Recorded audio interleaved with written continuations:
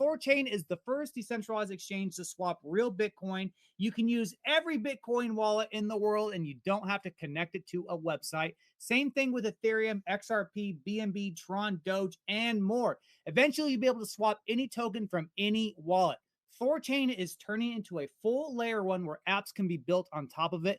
And the new app layer unlocks lending, perps, Bitcoin-backed stablecoins, token launchpad, NFTs, prediction markets, and much more. And you guys, borrowing just went live on the app layer. It is a cage release, okay? So it is limited, but it is live. And Hans is currently banging that out right now. So very excited. So check that out, you guys. THORChain isn't just a decentralized exchange, it's becoming the protocol of pure, uncensored liquidity. Swapping on THORChain is permissionless. There is no KYC, and anyone in the world can use it. To swap on THORChain, go to thorchain.org, click on swap. New features and functionality will be added to the site over the next few months, including the Rogerian primitives like the borrowing. So we're just going to let that stuff bake for a little bit, get stable, and anything will be added to that site, you guys. THORChain's token is called Rune, and that's spelled R-U-N-E. You don't need to buy or hold Rune to place a swap on THORChain, but the fees are deducted from your swap are used to buy Rune, and this is the Rune that goes to the liquidity pools and nodes. There are no block rewards on THORChain. 100% of the yield is real, and that yield is like 50% APY right now. I'm just saying, you guys. THORChain is also deflationary with 5% of the revenue being burned. If you hold Rune on a centralized exchange, what are you doing? You need to get it off a centralized exchange into self-custody because the tokens, when they're on a centralized exchange, are being used to short sell Rune and drive the price down. Once you're in self-custody, you guys, look into bonding your Rune. Like I said, 50% APY right now. Wild times. And the great site to do that is runebond.com. Super simple, you guys. All you have to do is find a node, request a whitelist, and bond your Rune. If you have any questions, you can DM the Rune Bond account. THORChain also has another token called TCY. This token is like a preferred stock where 10% of the protocol's revenue goes to these token holders. If you deposited crypto into savers or took out a loan on THORChain, make sure to claim your TCY and start collecting this yield. And anyone can buy this token as well. There's a THORChain community Discord and Telegram you can join to learn all about THORChain, make lots of friends. To go find the links, you go to @THORcommunity. That's @THOR community account, and it is on X. You guys, this space is geared to anyone on their THORChain journey, whether you're brand spanking new or a full-time veteran. There will be something for you here, I promise. Okay, guys, that is the intro. My name is Denny. I also have another account, Patriot Sounds. I've been an educator, content creator on THORChain, going on half a decade now. Very awesome. Let me get signed up as a co-host here. All right, let's get this party started. We'll get Kenton up here. Chad, are you there, sir? Or Kenton? I'm here. Okay. I hope you had a very good Thanksgiving, sir. Kenton, you want to check your mic, see if I got you? I'm here. Yep, mic check. Hi, guys. You sound perfect, man. I'll go ahead and kick it to you, Kenton, so you can give your regular update, and then we'll get this show on the road. Yeah, well, do we... I don't know. Should we let Chad go first, or should I go? I don't know what people want to talk about in a week. And you know what? You did give the most amazing update ever, right? So if people don't know what's going on, that's kind of funny. So okay, we'll kick it to Chad. How you doing, Chad? Okay. Hey guys, how's it going? Dude, I'm so excited. I'm like blazed out of my mind right now. I'm so excited. I'm not on drugs, but I feel like I am. Dude, this You excited for the new loans that Ruji's putting out there? Oh baby. Oh baby, you know it. I'm super excited. I'm blown away, man. This is so cool. And it's based on a proven design, right? Where they have Aave and stuff like this. So yeah. And guys, you know, if you see any bugs, please, you know, the UI quirks, all that stuff's gonna get worked out. Please communicate them. Go ahead, Chad. No, I was just gonna say that it's I'm excited to see them kind of taking off and adding more things, and obviously, you know, it's new, so expect issues, expect bugs, whatever. So be careful, be cautious. But it's a really good you know, milestone to hit. Yeah, permissionless, no KYC access to loans. It's a beautiful thing, and people can bid for the liquidations on those loans. I mean, and if you can use multiple layer ones, and you can choose which layer one you want to get liquidated first in the event of market volatility. I mean, there is nothing like that exists anywhere else, man. How Yeah, it's exciting. great. It's great. I love it. Hey, Kenton, did you have anything at all before we get this show started? Well, I guess we could, I don't know. Do you want to just jump right into it? People want to talk about maybe the drama over the past week. Um, if you don't know what I'm talking about and haven't been paying attention, the dex segregation went live on the site on the THORChain swap site. Was it a week ago or 10 days ago?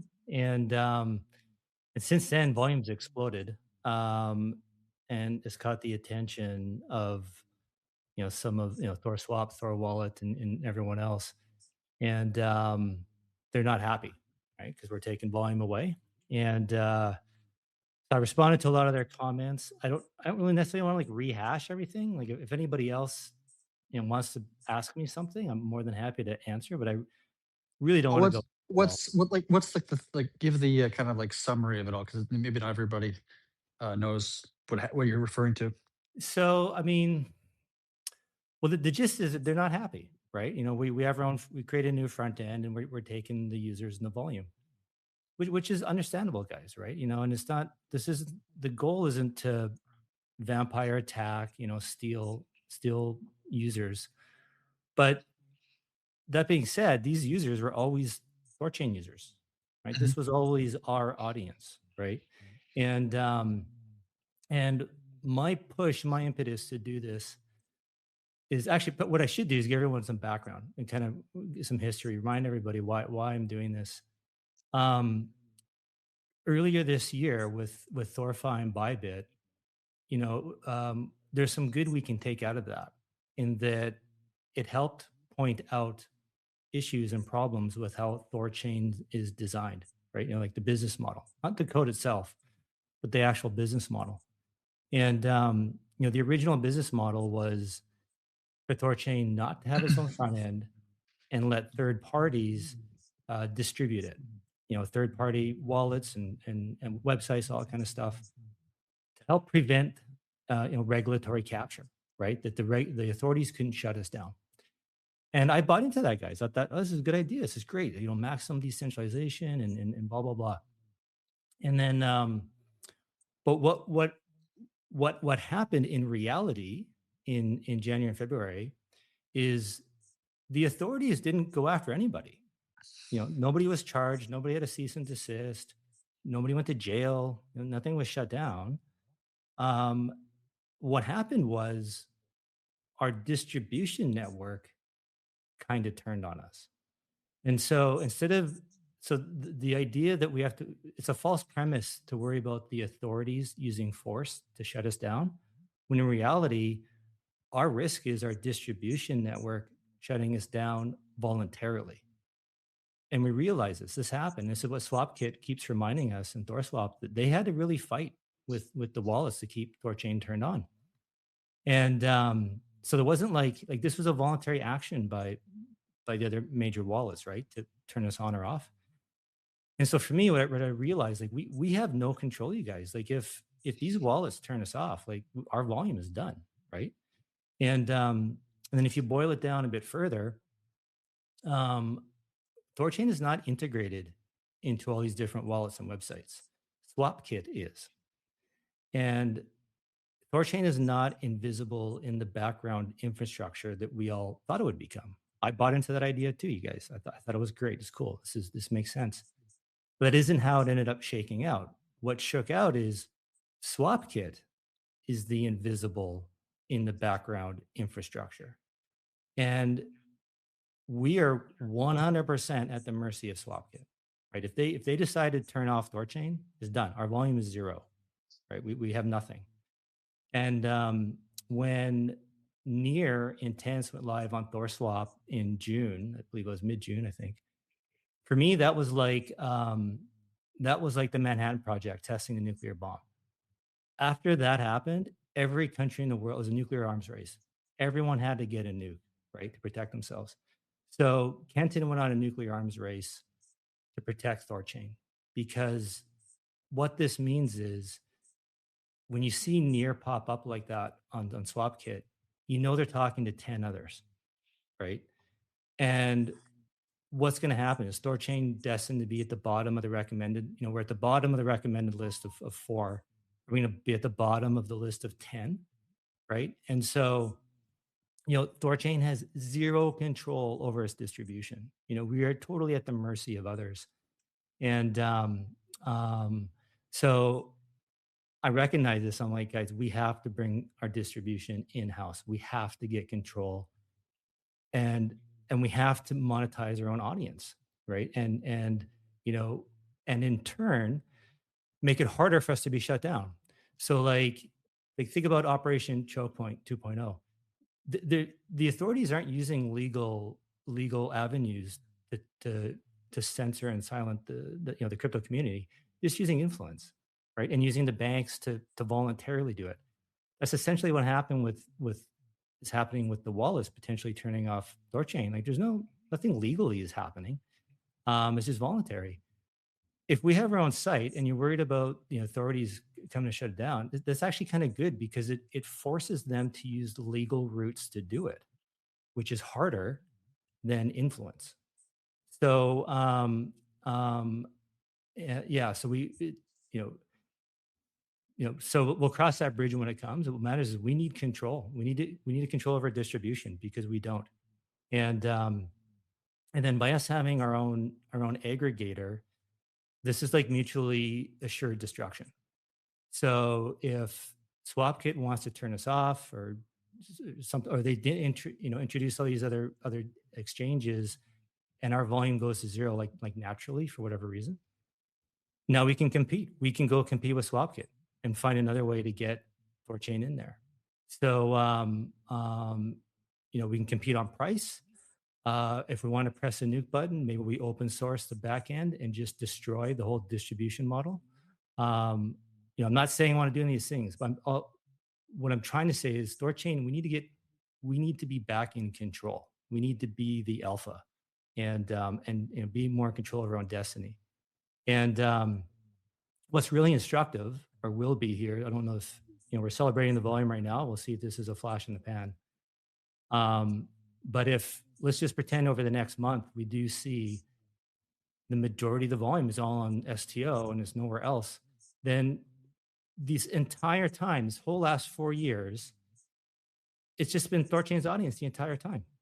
None of these wallets have brought any new users to us. And this whole entire time has been THORChain's audience. And all we've done is push our own audience away, made it harder for them to use THORChain, made it more expensive, when this whole time they want to be with us. And this is what will protect us, and not be so vulnerable to wallets or SwapKit just turning us off. Now we have some agency, right? We have something in our control, and this is what we can focus on growing. And again, the goal is not to steal users from the other platforms. The goal is to get new ones, but so that when we're out trying to get new users, we're not sending them to THORSwap. We're sending them to our front end.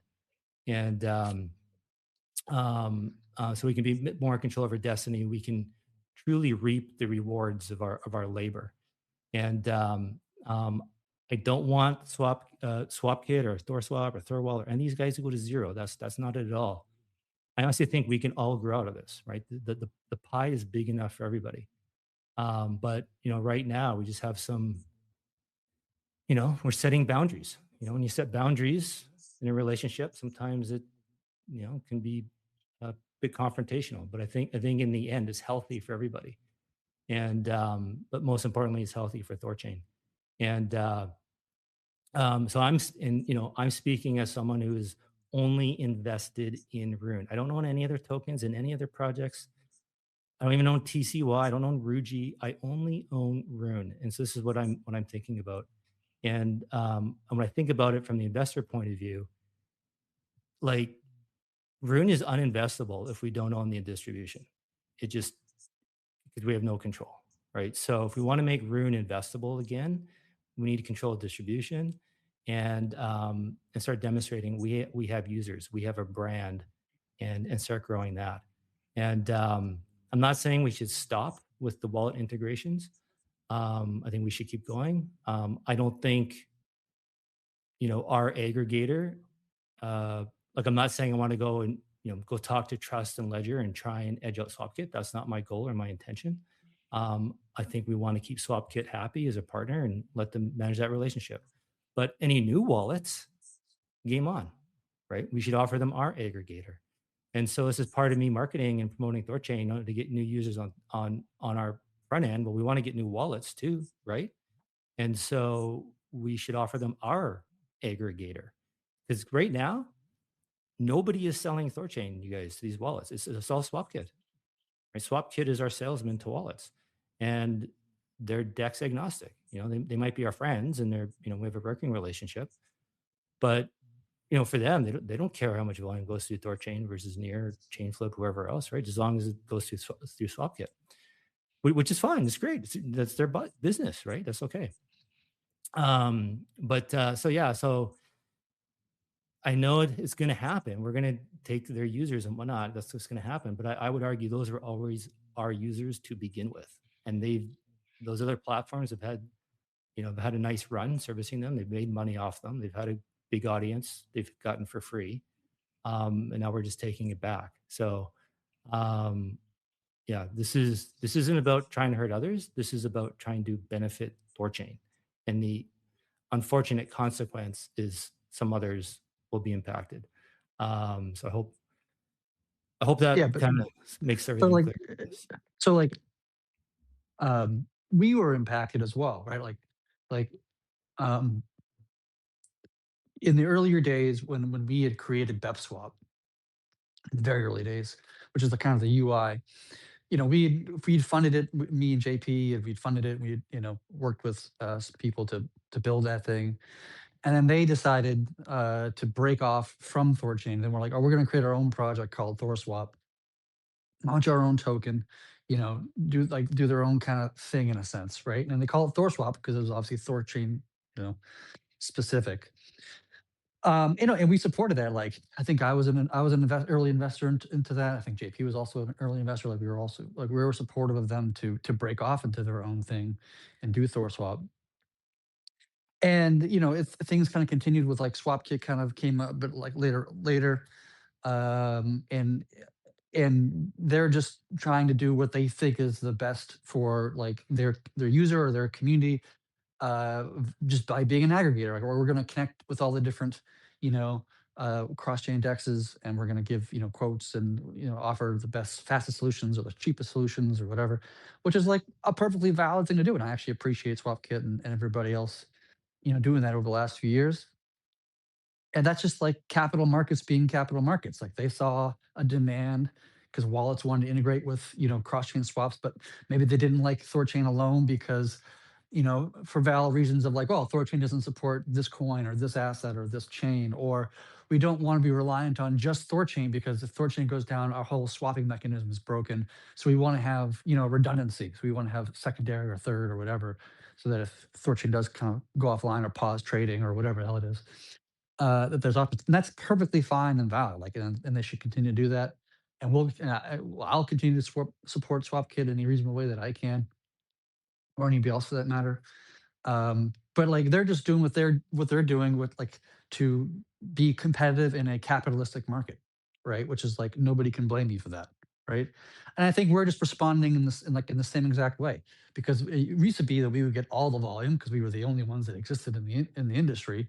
We were the ones that invented the notion of a cross-chain liquidity. Like, that was us. And then years later, other people came out, whether it be Chainflip or Maya or Near or whatever. And so like, we have to respond. Like, we're not getting the volume we used to get, in part because Near came out and started subsidizing all their trades and offering basically zero slip, swaps, which is obviously like, you know, I don't want to say it's cheating because it's not, but like, I don't know what word to use there. So we have to figure out like, how do we get more liquidity, or more volume rather. And we brainstorm about different ways to do it. And this just seemed like the most clearest and simplest way of achieving that goal, to be more competitive in a more competitive marketplace, right? So, um, I certainly never whined or complained about Swap Kit's choices or decisions that they've made. I don't have actually really have a problem with them. They're just providing a really good service for a lot of people out there and give them the best quotes possible. Like you can't knock them for it, right? But at the same time, it's like we want to provide more liquidity. We want to have more volume passing through us. So what can we do in a reasonable way to achieve that? Having our own like kind of UI to do swaps and whatever seemed like kind of the clear and obvious choice, because we can be more competitive if we charge 0 bit fees on that. And by the way, we're not the first one to charge 0 bit fees. Like Near did that, right?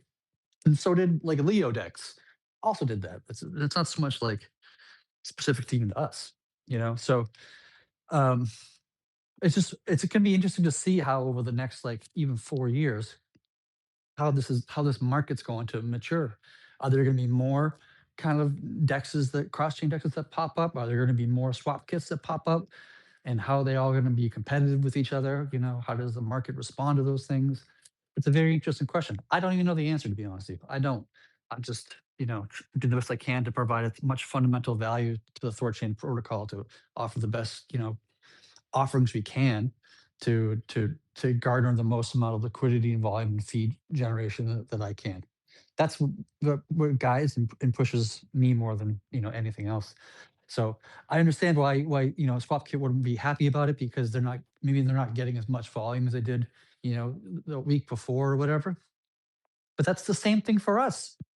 We were getting a lot more volume before, and then SwapKit started sending volume to other dexes. And again, not incorrectly, I understand why they did that. I'm not knocking them for it, but that's just the reality. So we're gonna just do what we can to get more volume, to be more competitive. So there definitely should not be any ill feelings, I feel like. And if there are, I would apologize to anybody who does. But like this is just different projects have goals to achieve volume and liquidity, whatever, and we're all just trying to do the best I can to be in a competitive market and perform the best we can. That's how I look at it. And Kenton, okay, first guys, I put up top, I put Kenton's article he made answering every single question he could crowdsource from everyone over a long time on various different social media platforms. Kenton, I've been, I'm in many groups, many bond provider, node operator groups, many different, little side things here and there.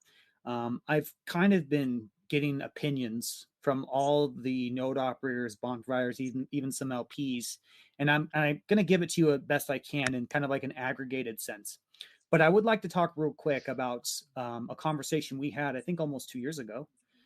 Crazy how time flies. And actually, Chad was part of the subject. You mentioned to me how cool you thought THORChain was, because on Dev Discord, here we have a bunch of developers. They're coding in the open. Everything's open source. And we're building it in real time. And literally anyone can come in and add their contribution, can make comments, completely transparent and open for anyone to audit. The whole thing. We're building this in real time. And I think that really struck a chord with you. And your behavior over the last, I want to say, half a year since we've been doing these spaces, is emblematic of that. One thing that I noticed on the article thing that I will admit I was slightly annoyed by was a lot of the questions that you answered.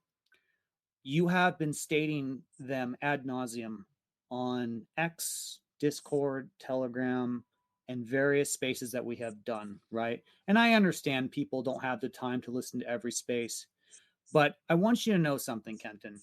Based on all the opinions that I have gotten from people, they are overwhelmingly appreciative of your transparency with your team. And sure, there's probably some open questions to answer with the Unstoppable guys. But if there is one thing I would say the theme is, they say, thank you. Good job for being so transparent. Good job so far. But they want you to focus on what you do best. And that's market THORChain. Because there is no one better who knows how to market THORChain and is representative of the ethos that we're all shared, that we all share, and that we're all here to do.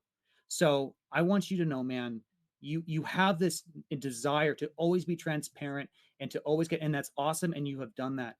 Do not feel bad if you want to shift and going back to marketing, because I know you spent 2 days writing that up, and that's labor lost, right, for THORChain. So great job, man. And you know what, to the interfaces, I love these guys like SwapKit, Leodex. I see Oleg. These guys help form THORChain, help bug fix in real time when we push new primitives or add things, or they streamline the process of integrators. Like they help so much. And so it was really a shared effort between all of us. But Kenton, again, to bring it back, you are doing a great job when it comes to transparency. And I think the whole community just wants you to know that. So I'll stop there. Oh, thanks. I really do appreciate it. I do appreciate people. So I got in direct DMs, saying thank you. Guys, it does help. It does, trust me. Because like we're not in the same room, right? We're all on the internet. Can't see anyone's face. I don't know what you guys are thinking or feeling. So that does help. Thank you very much. And does keep me going. And honestly, you guys, writing that, like, I am marketing THORChain right now. Like, remember what I was saying? If you guys have been following the spaces, when all the Bitcoiners crap on Peter Schiff, it's free marketing for Peter Schiff, right? Remember I told you guys about Near. If you're so worried about Near, just stop talking about it because you're marketing them for free. This last week has been all free marketing for THORChain, right? This has all been free marketing for our new front end. And I'm letting the Thorwall and THORSwap guys know this. Like, if you want people to not know about our front end, stop talking about it, right? Stop making this stuff public.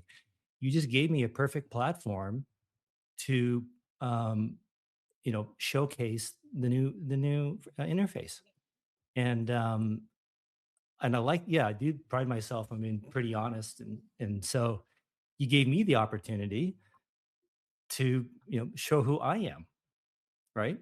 And in turn, Patriot, you saying everybody responding and liking that just goes to show the whole community is it's not just about behind me, but behind being honest and open and doing things right. That's a lot of the things I'm doing or trying, ideas I have, I feel like are self-evident, and that I'm part of this community too, and that I think you guys will all like them, right? Because I listen to you. I know what you guys post and say and complain about. I listen to our customers, and so that's what I'm trying to do, right? And I think that's why you guys all support me, because I do listen to you. And so the 2-day write up and everything, like, yeah, it's annoying. Like, I got to stop everything I'm doing and respond, but guys, it's good. This is good marketing for us, right? Because and it brings us together, helps us build morale, right? I've heard from uh like OG rune holders from like 2019. They're like, finally, like, feels like we're kind of going in the right direction. And like, this is how we heal, guys. Right? This has been a tough year. And um I believe what I'm doing is right to get us in the right path, to get us going in the right direction, and something that we can all agree on. And if this whole community, if we're all on the same page and we're all moving in the same direction, I mean, like, watch out. I don't think that's, to me, this is why I keep talking about a brand. Like, you don't have to have like the cheapest product in the world or the best product in the world. You need the best community, the best brand. And I think we have that, right? And that's what I want to, so it's not just me. It's everybody that you're talking to, Patriot, and all those group chats and everything. It's just all of us, right? And what I'm doing is trying to, give you guys the ability to really, sell be a part of this too, right? And sell THORChain and make it succeed, right? We're all doing this together. So, thank you for your guys' support. I really do appreciate it. It really does help. And guys, Reggie's coming along really well. He sees how passionate this community is. He's like, guys, you guys, everyone loves THORChain. And he's like, he's got great ideas where I know he's not seeing a lot of the fruits of her labor, but a lot of it's like foundational work. It takes But a long time. it does. And I'm telling you guys, we're planning. We have big ideas. We're already working on website version 2.0. Like we are going to, I expect probably won't be till like February to really kind of, you start seeing more, but like, we've got all kinds of ideas, like, and only thing is going to stop us is money, right? we have enough money to do this, but we've got so many ideas to just get stuff out there.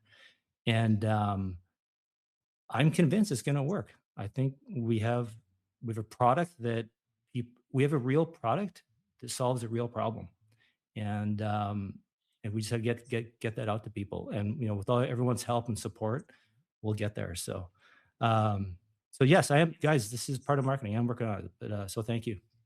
Perfectly said, Kenton, and beautifully said as well, Chad. You know what? We're 30 minutes in. You guys think? I think we got it done. You guys want to move on and talk about THORChain stuff now? Proper? Sure. Love it. Unless somebody from the community wants to comment or come up. Yeah. Okay. I think we got some requests here. I'll go ahead and get them up.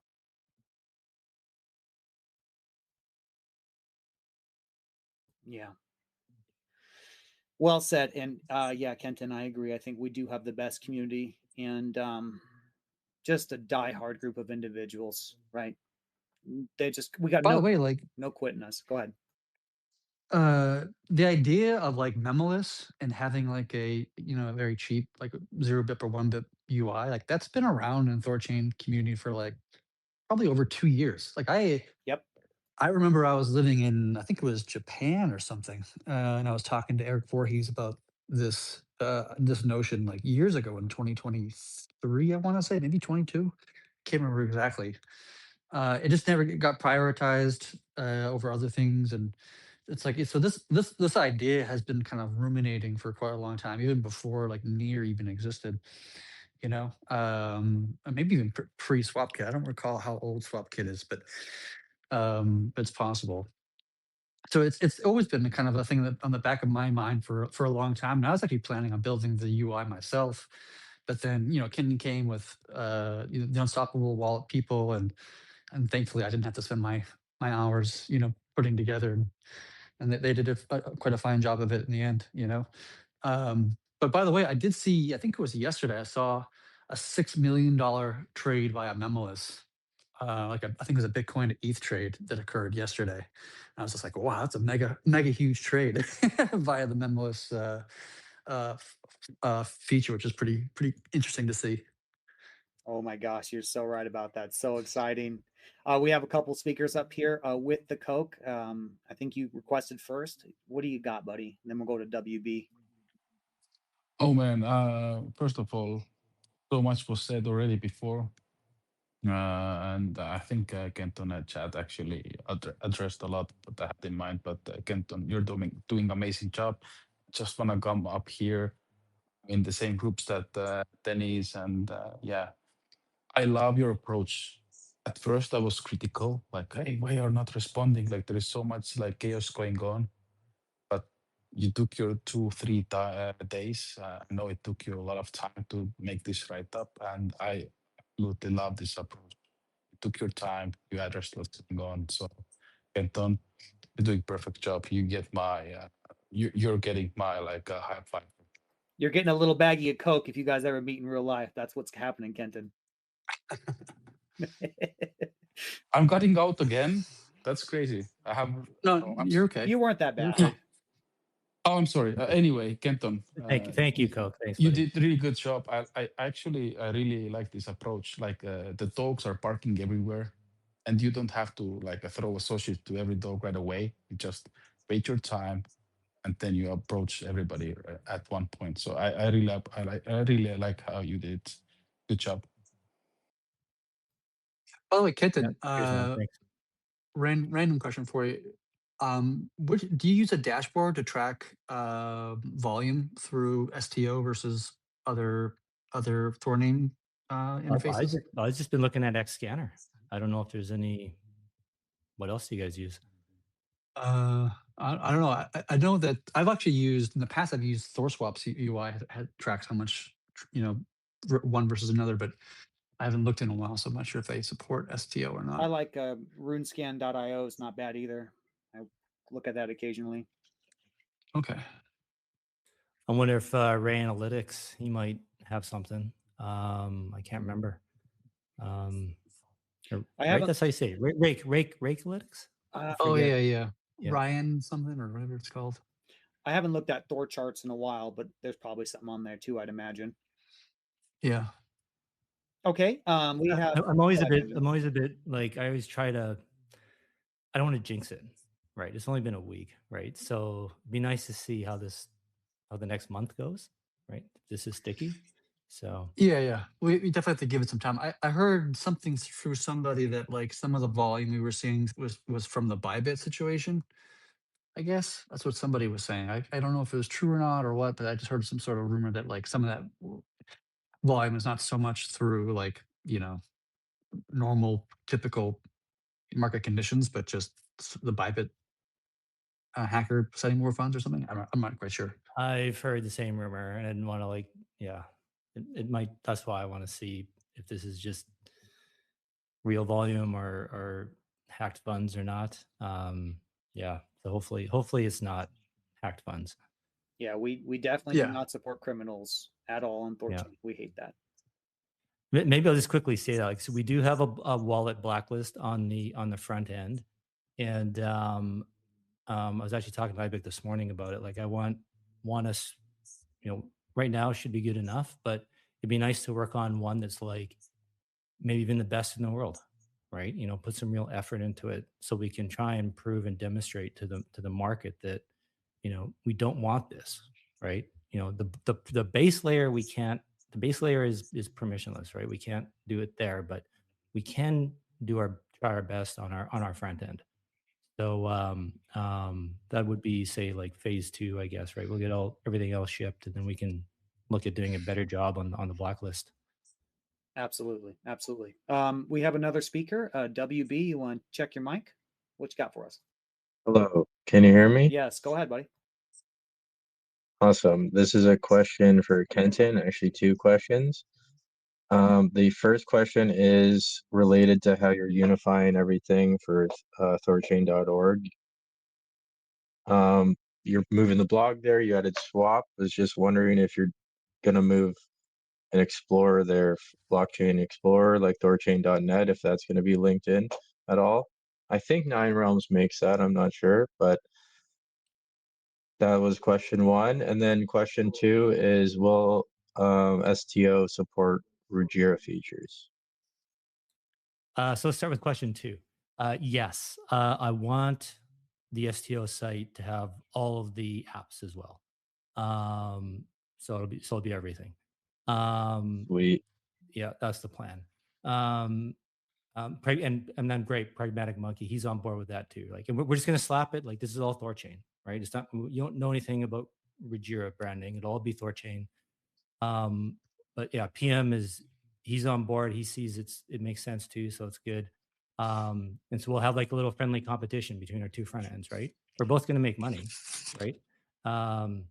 So we'll have two different front ends with the same things basically. Your first question is really good. That's a great question. Right now, no. Like THORChain.net, we'll leave that alone. But THORChain, basically everything on THORChain.org, we're gonna like clean it all up. That's what we're working on right now. We just hired a graphic designer. I have to give a shout out to Emil from Control Wallet.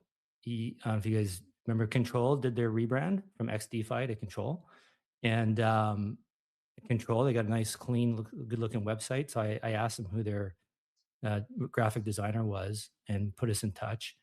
And so we're using them, and their portfolio is really sharp. So what we're using them to do a light rebrand on the .org site to basically incorporate the swap interface and the blog, and that's it. So it'll all be, it'll look like it all goes together, right? So it's consistent. But this is like we're working on this over the next couple months. So hopefully the redo of the .org site will be done when all the features are done on the swap site. So they should coincide, being done at the same time. And then after that, we're talking about maybe we'll redo the site all over again. Like, this is just a kind of like quick make it look good, and then maybe A look at, facelift. yeah, facelift, and then we're talking about doing like, I don't know what's after a facelift, like a full on everything. And because part of it was all this talk about rebranding, right? Are we going to get a new name, new logo, all this kind of stuff? And so I thought, okay, we'll just do a little bit now to get the site looking good, have it make sense. And then in new year, next year, we'll see how it's going. Maybe we need to rebrand. And because if we're going to rebrand, right, then we'll do a full total, do everything properly. Guys, I'm still of the opinion we don't need to. I think this past week is a great demonstration of how strong and good the THORChain brand is. And like it's it's tough times is what bring people together. And a few years from now, we can all look back at this like we're in the trenches together. It's like when like soldiers, like guys from World War II, they have a connection that is impossible for them to have with any other human being, right? They just went through something that no one else can explain. This year has been really tough for all of us, all of you guys that are still here, still listening, still in the trenches. No one's going to understand what this was like, 4 years from now, and so I feel like if we rebrand, we kind of lose that. It's so, because Do, the idea of rebranding is to try and distance yourself from the past. And it's like, well, do we really? And you guys all appreciated my openness and candor in my article. And I think that is ultimately what all humans appreciate. And we should but that wear. was the whole Yeah, reason that Ruggira was branded the way it was to separate it from the past problems THORChain had, right? And in my opinion, it is a little bit confusing for anybody coming into this ecosystem. There's no app layer type deal on other protocols, and maybe the branding problem doesn't have a solution in terms of if we need a rebrand or not, but it could get unified at least. Maybe we don't have to go away from the THORChain brand, but THORChain could absorb the Ruggira brand, possibly. I don't know. I'm just spitballing, but the two brands is a little bit confusing in my opinion. That's why the I agree with you there. That's why we talked about leaving the full, like a totally awesome, amazing job on the website till next year. Because if let's say we do merge with Ruggira, do we change names then, and then have to do proper rebrand? Do we keep the THORChain name? So it was like, let's just deal with this next year, right, and figure it out then. But dude, I completely agree with you. From a sales and marketing point of view, and not just for users but for investors, got to be so much easier. We just get rid of the Regi token and just bring it all in house. I've been opposed JP about it earlier this year because I'm worried people are just going to dump on us.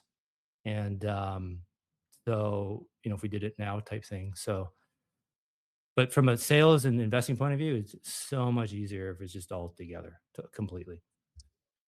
Well, I'm glad that it's being thought about. Yeah, we've talked about the rebrand a lot, to be honest. And so, yeah, so when I say full rebrand, what I'm talking about is like all kinds of images and graphics, like I'm talking about making it look really sexy and cool. Like if you go to MetaMask's website, for example. So yeah, we just that's a job like that is like 6 to 8 months as well, right? When you see a site that looks really good and cool, it takes several months. So we just don't have that time, and so we want to do just a light kind of refresh, get the site live, so it just kind of makes sense. In the new year, we can start selling that, and then we can worry about a 6 to 8 month project after that. we are going about 45 minutes in the space. I want to make sure we get to Chad here a little bit.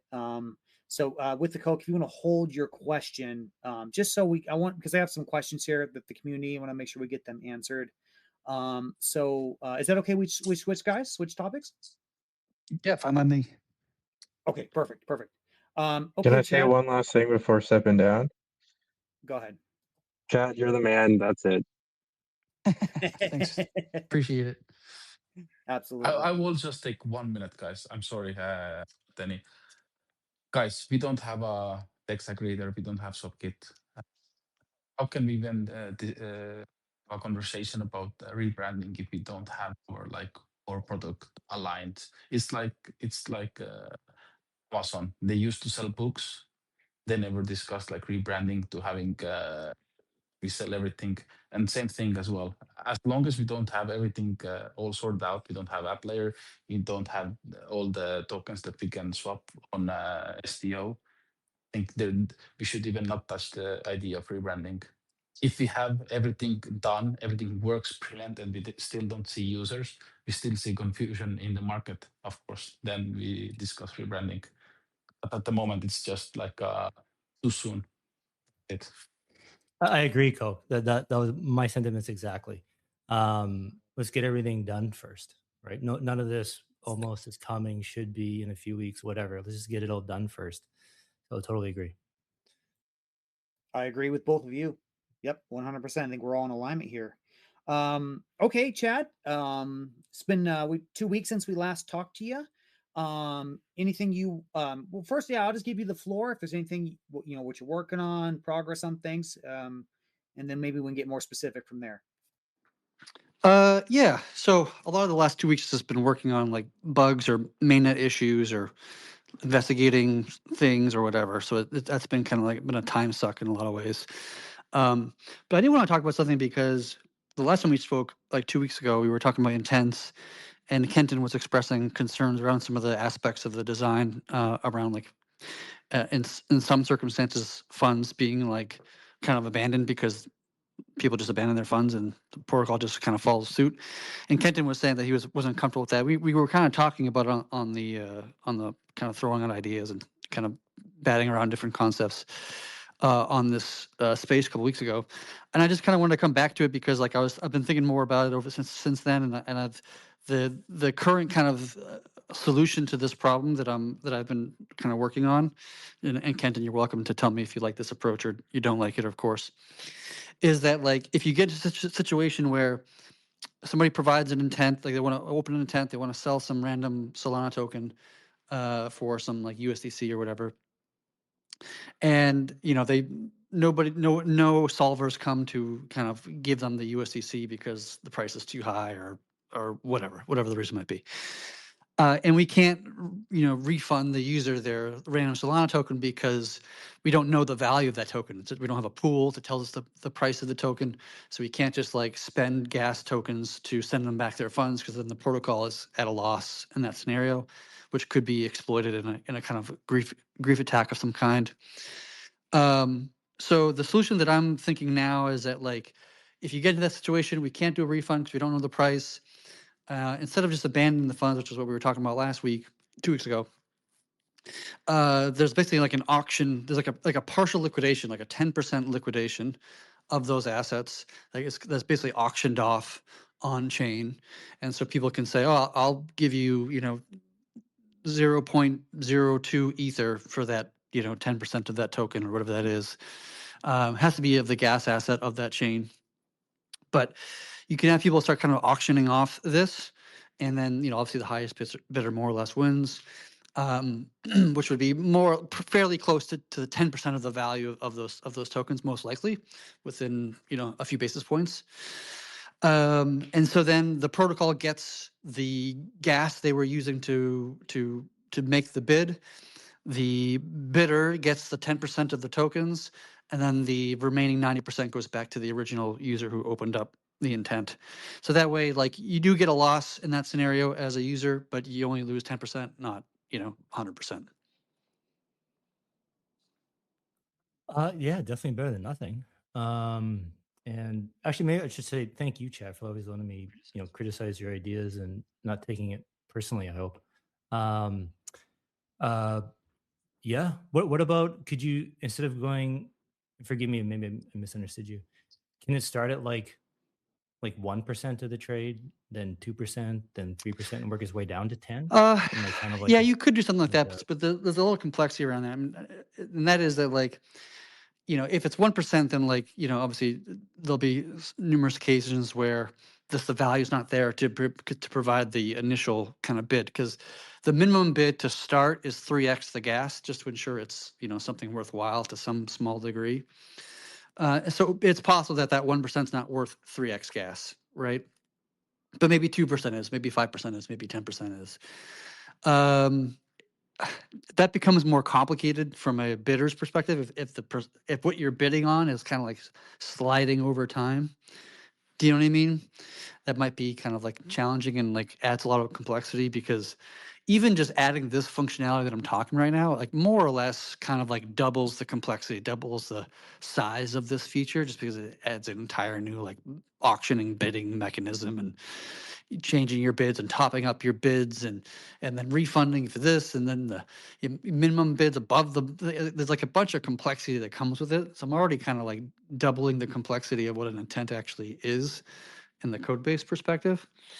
Doing something like what you're suggesting, while it's not a bad idea necessarily, I have some questions about like how that would actually kind of like work out, logistically speaking. But I'm also be concerned about even further, you know, complicating the code base as it is. I get it. Yeah, that's a fair point. I'm just trying to think. Am I the only one who doesn't like the idea of the trade, like of the trade going to zero after a few days? Like, has anybody else expressed concern about that? You're the only one that's expressed it directly to me, but I do think what you're expressing is a valid concern, right? Like, I don't think you're crazy or whatever. I mean, obviously, I don't want anybody losing any money in any circumstance if I can reasonably help it, you know. Which is why I've been continuing to think about this problem even after our chat a couple weeks ago. So it's a valid concern, to have, and it only matters when the asset you're providing is a non-pool asset, right? If you're providing Bitcoin and you want to purchase some random like meme token on Solana or whatever, then you wouldn't have the auction. It would just do a refund, right? Because the asset you provide us, we already know the value of it. We know how much to take out to pay for the gas, and even if like you do provide a non-pooled asset to start this whole thing, you can always just like cancel it, right? Like you can send in some Solana tokens, some dust for gas purposes, and we'll just use the gas you gave us, so to speak, and we'll send you back your meme tokens, right? Like you have the ability to pull back your funds. It's not like it's going into a black hole, so to speak. But I can only do that for so long. We're not going to keep churning your assets forever and paying the gas to even do the churns. Yeah, because I just think about it from like the sales point of view. How do you sell this, right? How do you explain it? And it's like when you have to put an asterisk on something, it's really hard to sell. Yeah, that's true. And forgive me, Jack. We just kind of go back to first principles. Why do we need to use the intense design? Why can't we just use DEX aggregation? Yeah, so I think the intent is that DEX aggregation adds a lot more complexity from like a coding perspective, because it's making assumptions about what the aggregator is able to execute on, because like what the price execution you get on the first swap, like within THORChain, and what the price is after that point, like say it's like 20 minutes into the future, we'll just say hypothetically, then like obviously the markets can shift in that time span. And it also like adds more complexity of like, oh, how much am I actually going to get on the other side of this thing? And then what if the DEX aggregator like fails because of some situation, and okay, we have to do like a refund, but like we don't send you the thing you're actually looking for. You guys send you like the Ether tokens instead. There's a lot of like kind of edge cases that pop up. And if you do something like internally to THORChain, it's all kind of, it's more of like Apple-esque way of doing things.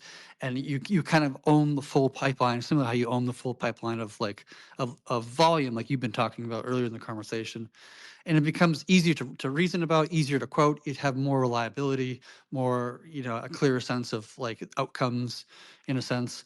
And I think one of the things that JP and I have been kind of like agreeing on lately is that there's real benefit to THORChain becoming kind of more of like a one-stop shop, rather than being reliant on other protocols that have their own intricacies and complexities and whatnot. Definitely agree with the one-stop shop. Absolutely. Yeah, I was just trying to think that. Yeah. Okay. I see your. I think we want to be able to go to, SwapKit or wallets or whatever it is like in the future, and just say that like we just support 99% of the assets and trade pairs that you that you want. You know, I think JP got a little frustrated because he works on Voltsig, and they were working on like a swapping mechanism on Voltsig. It's like kind of UI, and obviously he wanted to use THORChain, but he felt quite limited because THORChain doesn't support Solana, and it doesn't support this token, and it doesn't support this, and it's like, well, I'm kind of forced to use SwapKit, because if I really want my users of my Voltsig UI to have a great experience, a great UI, great UX, then just using THORChain by itself is actually quite limiting because of the lack of support for certain chains or certain assets and whatnot. And so that was kind of for him. That was like, I really need to work with Chad to help make THORChain more one-stop shop so that I could integrate with THORChain and have really great, wide range of assets and chains supported, so that all the users of my Voltsig wallet are happy and can do all the things they want to do and all that kind of stuff. So that's the kind of the driver behind it all, if that makes sense. Yeah, totally. I'm just wondering if you go live with intents on your initial design, Yeah. where after 3 days you lose your money. If that code is simpler, get it going, get it live, see how it works, and then maybe it's not an issue. People are losing their money, and then then we don't have to worry about it. Or we do see it's an issue, then we're like, okay, we really have to come up with some backstop. I don't know. Yeah, like I said earlier, like I don't expect intents to be like a high throughput of volume. Like I don't expect our volume to increase by any more than like 5%, to be honest with you. 10% if we're lucky. If we're really lucky, that would be high in my mentality. And I don't really think we'll see a lot of volume. Therefore, like how big of a problem this is probably not going to be that huge. And I don't think people are going to be making like $6 million trades with random meme tokens, like that. Is it possible? Sure, of course it's possible, but people aren't investing huge amounts of money into very small market cap tokens in general. That's generally true. Obviously not definitively true. So I don't think it'd be that big of a problem, but if there's a reasonable kind of design or reasonable approach we can make to minimize risk or minimize people's, having a bad UX or whatever, with as long as it's not like overtly complicated or might cause more problems than it solves in some way or shape or form, then I want to make every reasonable effort I can to make the product as idiot proof as we can reasonably make it. You're absolutely right, man. I'd be surprised if it's 10% as well. I think the volume's gonna be really small. But Yeah. but we can't look at that in isolation, because someone's got $100,000 in crypto and they go buy 2 grand of a meme coin. Well, they also have 50 grand of Bitcoin or in Ethereum, right? So like if they place a $2,000 trade on THORChain intents and they lose it, they're like, screw this sucks. I hate THORChain, I'm never coming back.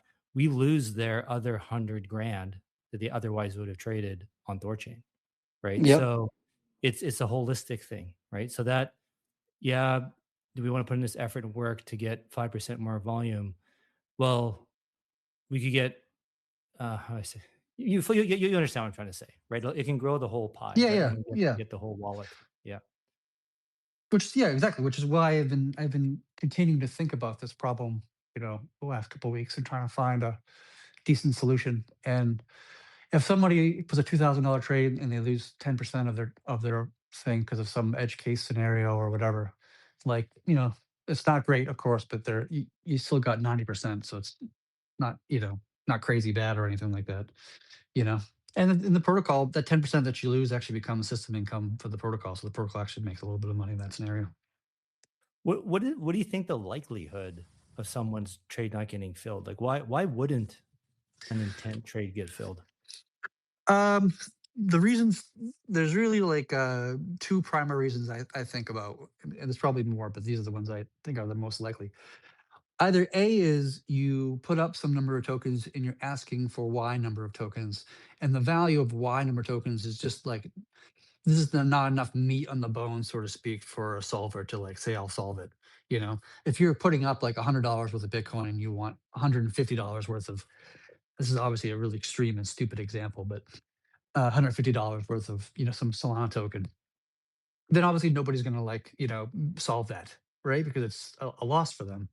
Or maybe it's like you put up $100 and you're asking for $99 worth of or $99.90 worth of this, and just not enough meat left in the bone to make it worthwhile for for a solver to solve, because that solver's got to go out and acquire those tokens somewhere, and they're probably going to pay 5, 10, 15, 20 bips, whatever it's going to be, to acquire that token. So they still need a little kind of little extra on the a little extra meat in the bone for the to make it worth their time or effort to do so. So that's kind of one scenario. I think the other scenario is that it's just a token that nobody really cares about. It's like some that there's nobody really wants to solve it because it's just too far small market cap, and the price fluctuation is too high to warrant the time or the price exposure, because that person solving has to take on the price exposure of that asset for whatever time period that is. It may not be long, and maybe just be a minute or 5 minutes or something short, but maybe in that time span, they're just like, I don't want to take the risk of this token kind of going down in value and I get less, or something of that nature, one direction or the other, but those are the most likely scenarios. Or the third scenario is that like just nope, they're all the solvers are out to lunch, and nobody's actually paying attention, But we're going to work on some relationships with some individuals and to help kind of keep an eye on intents and be solvers and to solve all the intents coming into the protocol. Cool. Patriot, you want to go, or does anybody? No, that was a great conversation, guys. I had nothing interesting to contribute. I do want to pass the mic to Scott. He does have his hand raised. If he has something he wants to add, Scott, if you want to check your mic, and we'll move on. Hey guys, can you hear me? Yes, sir. Go ahead. Yeah, I was one of the ones who had the concern about the intents when Chad was discussing them. I wanted to thank you for taking the time to work this out. It is a far better solution than just having it drop, so I'm feeling way better about this. My only question is, if you do a 10% auction, if say the gas ends up only being 4 or 5% instead of 10, does THORChain just keep that other 5 or 6% as income, or is there some way that could be sent back to the original creator? Because if you could send any unused back to them, that I think would be absolutely ideal. Although it's already, I'll say it again, far better than what you were talking about. I feel much better about this. Thank you, Chad, for working on this. In the current design, and like 2 weeks ago, I'm still open to modifications or ideas or whatever. But the current design is like it's you're auctioning off the 10%, and so if you're auctioning off 10% and that's worth $100, let's say, and I'm putting up $45 worth of Solana tokens, and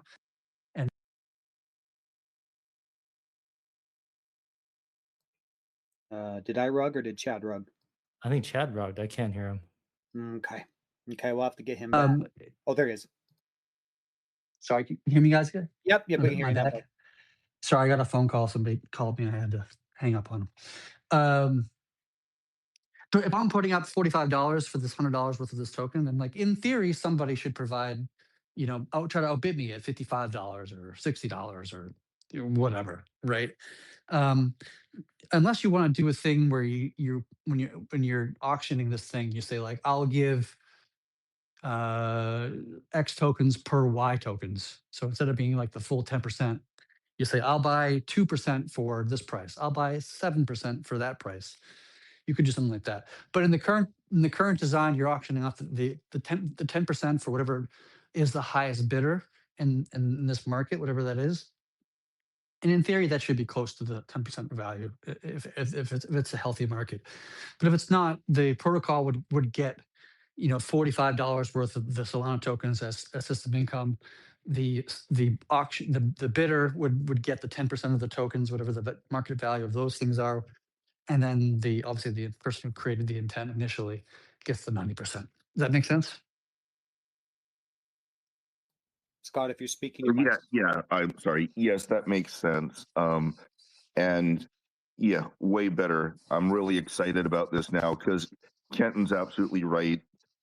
Being a one-stop shop, that is a huge thing to be able to say. So I think it's important to do this if it is workable and practical. So keep up the wonderful work, Chad. Yeah, appreciate it. Thank you. Thank you very much, Scott. You always ask good questions when you come up. Chad, I do have a question. It's actually it's like three people. I'm just gonna roll into one. They just want a general update on limit swaps. What's going on, how's the behavior been, things like that. Yeah, limit swaps has been frustrating, to be honest with you. It's not gone as well as I'd like from a coding perspective. There's been issues and bugs, and we're working through them, of course.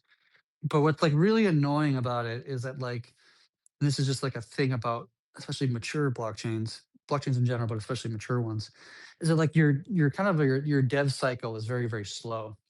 Right. So if you have a bug and you want to fix it, the amount of time that it takes to actually get that released and changed and then see, how it fares, how it does for us is like typically a month on the low end, maybe a month and a half.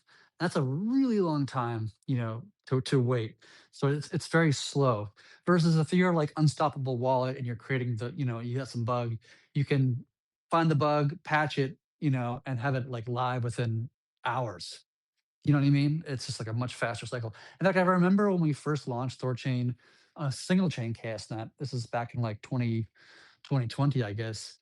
There were so many issues in the first like 2 or 3 months. There were just like tons of bugs and issues. And again, when we launched multi-chain castnet, but it was so young then that we could like make patches and changes and then release a new version like the same day or the next day, whatever. So it was like you could iterate a lot faster. So you could find these issues, patch them, and get them done.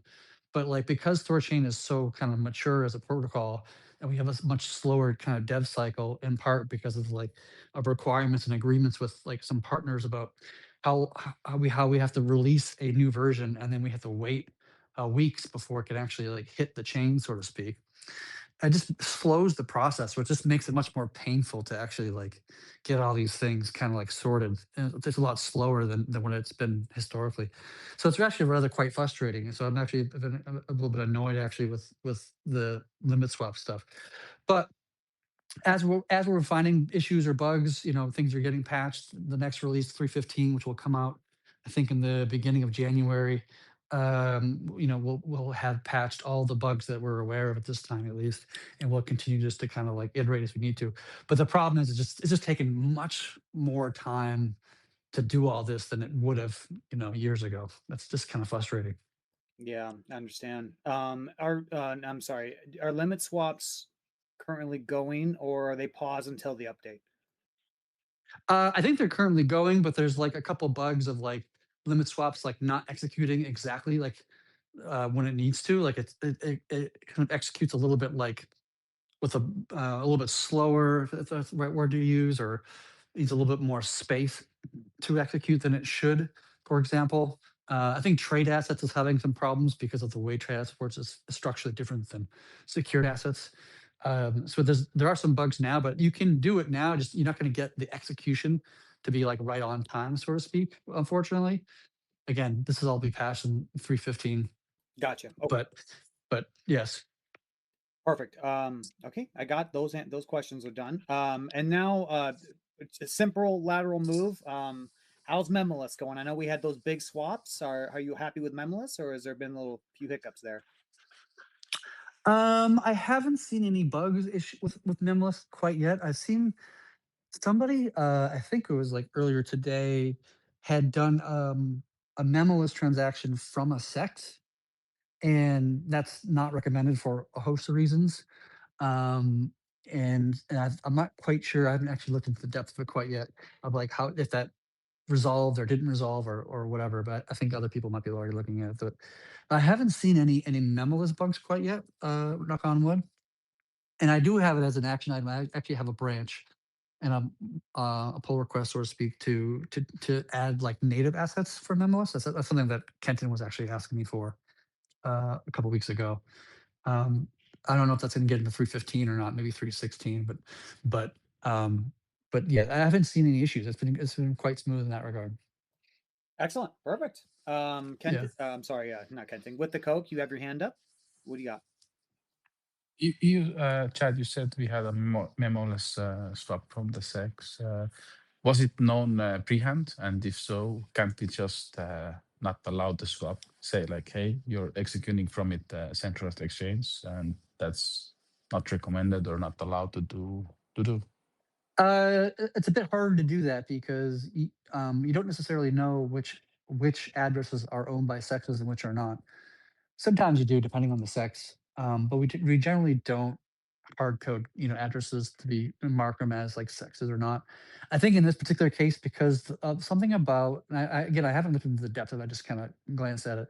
Something about the way that the sex had signed the transaction just made it really confusing for Bifrost to pick up for some reason. I don't know why. I haven't looked at it quite yet, but I think that's part of it. And then also, like, if you do a swap and it, like the swap, fails because it doesn't get the price execution that it wants, and it tries to do a refund, it's going to send the funds back to the sex.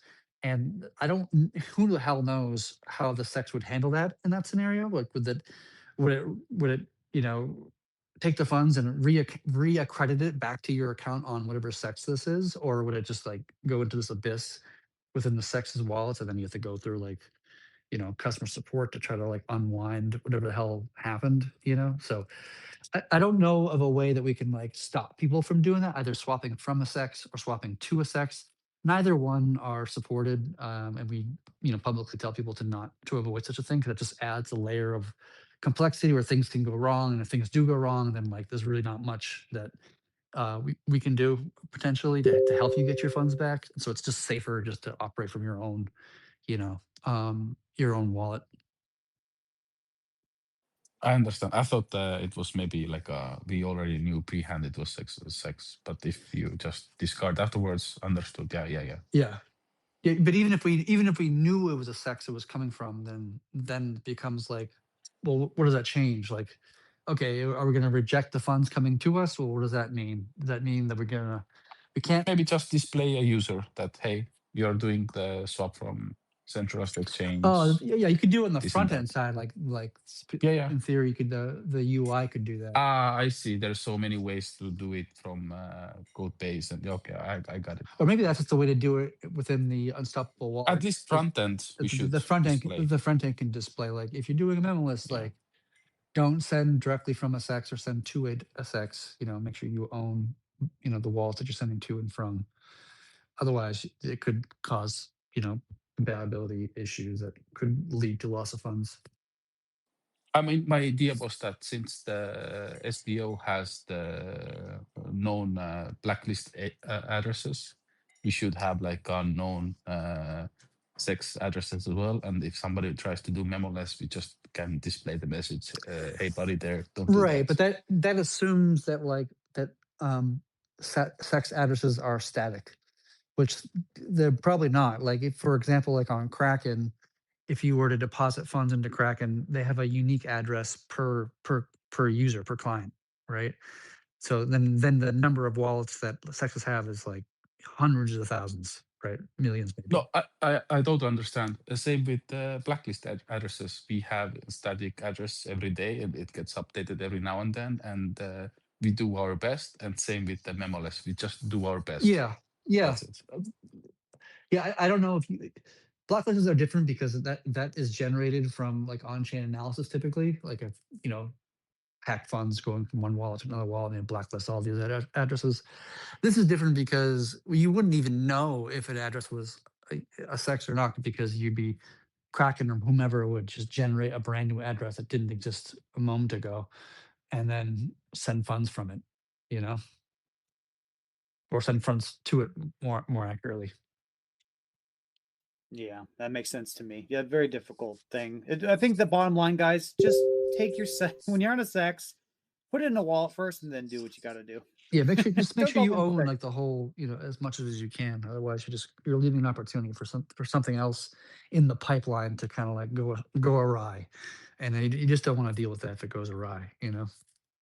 Even like even within THORChain, like 100%. we've actually made a handful of like code changes to make THORChain more resilient to fuckery, right? Like, we had a situation recently where somebody swapped to some wallet on, I think it was XRP, and there's some sort of, I don't know a lot about XRP to be honest with you, but there's some sort of like label or tag you can apply to a wallet within the chain that makes it like, for whatever reasons, not receive funds. I don't know why. That's just the behavior that we saw. And so the protocol is trying to sign and broadcast an XRP to somebody's wallet, but like XRP itself is like saying fuck off, you know? And so we've made a change where like, um, where we try to send your funds, a bunch of times, and if it's not able to do it on its own, then it does a reverse swap where it takes the XRP tokens, like swaps it back to the original source asset, like let's just say it's Bitcoin, for example, and then sends the Bitcoin back to your wallet. You'll pay extra fees in that scenario for obvious reasons, but at least you get your funds back. You know, otherwise it would have required like some devs to manually go through, and you got to go to Discord, you got to find a dev, you got to talk to that dev, you got to give them your information, and we got to go look at the chain, we got to figure out what's going on, and do the bug patch, then do a migration, to the transaction. Like it takes like weeks, if not months, to like for us to be able to like go through a manual process to recover people's funds when they do something silly like sending funds to a sex or to a wallet that won't even accept the funds to begin with. And it's a huge kind of like time suck for us in some ways. So we've recently added a handful of kind of autonomous processes that that determine when funds get stuck and then figures out a way to kind of return the funds when possible. Yeah, it's a novel solution though, given the constraints of that particular situation. Okay, so I think I got my questions all answered. That some were previously answered by you and Kenton. Chad, do you have anything else that you want to discuss, or maybe Kenton's got something? No, not really. I think that's more or less it for me. Nice. Kenton, do you have anything additional you want to? Actually, I do, but Coke has his hand up. Maybe we should. Does he want to say something? I do not. Oh, it's frozen up. Okay. Oh, Yeah. okay. Yeah, maybe. I think we could talk about DEX segregation on the front end, which seems to be a bit controversial. And yeah, maybe let's walk people through my thinking, my reasoning, why I Can think I it's ask important. one thing to Chad first? Yeah, go ahead. Chad, just wondering how DKLS is looking. Not sure if you're working on it or anything, but with Ruji lending going out, just curious how that's going because we probably need it to shift to optimize security. I don't know how any of it's looking, so just curious. Yeah, DKLS. There's not a lot going on in this moment. We're really just kind of waiting for one of the DKLS kind of like library or packages, what do you want to call it, that will support what's called identifiable aborts, which, from my understanding, DKLS does not, in its original design, doesn't really support identifiable aborts. And for people who don't know, identifiable aborts just means that when you're a group of entities are collectively signing some sort of transaction, and then one of them just kind of like fucks off and doesn't, and like screws up the entire key signing process and just kind of goes away or refuses to participate in the rest of the process, or whatever happens. You can figure out who was the person out of this group of people, who was the person that that disappeared for whatever reasons, and then you can slash that person, or like put them in THORChain jail so they don't participate in other further key signs in the future, or whatever, right?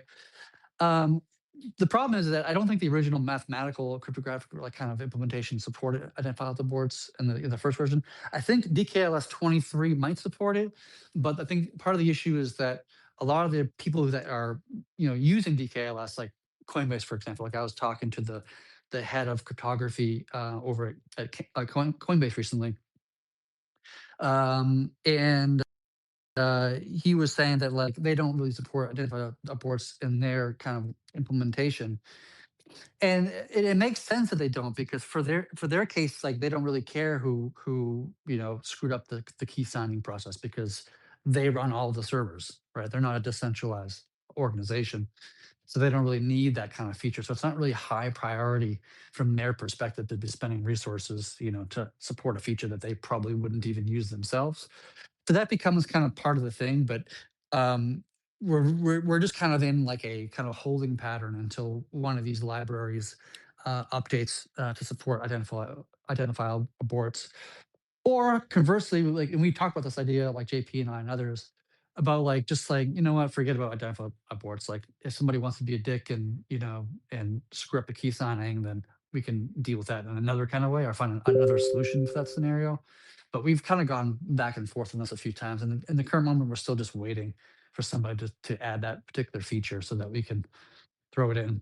But by the way, DKLS and like loans for Ruji, completely separate things. One does not require the other. You know, there's no relationship there.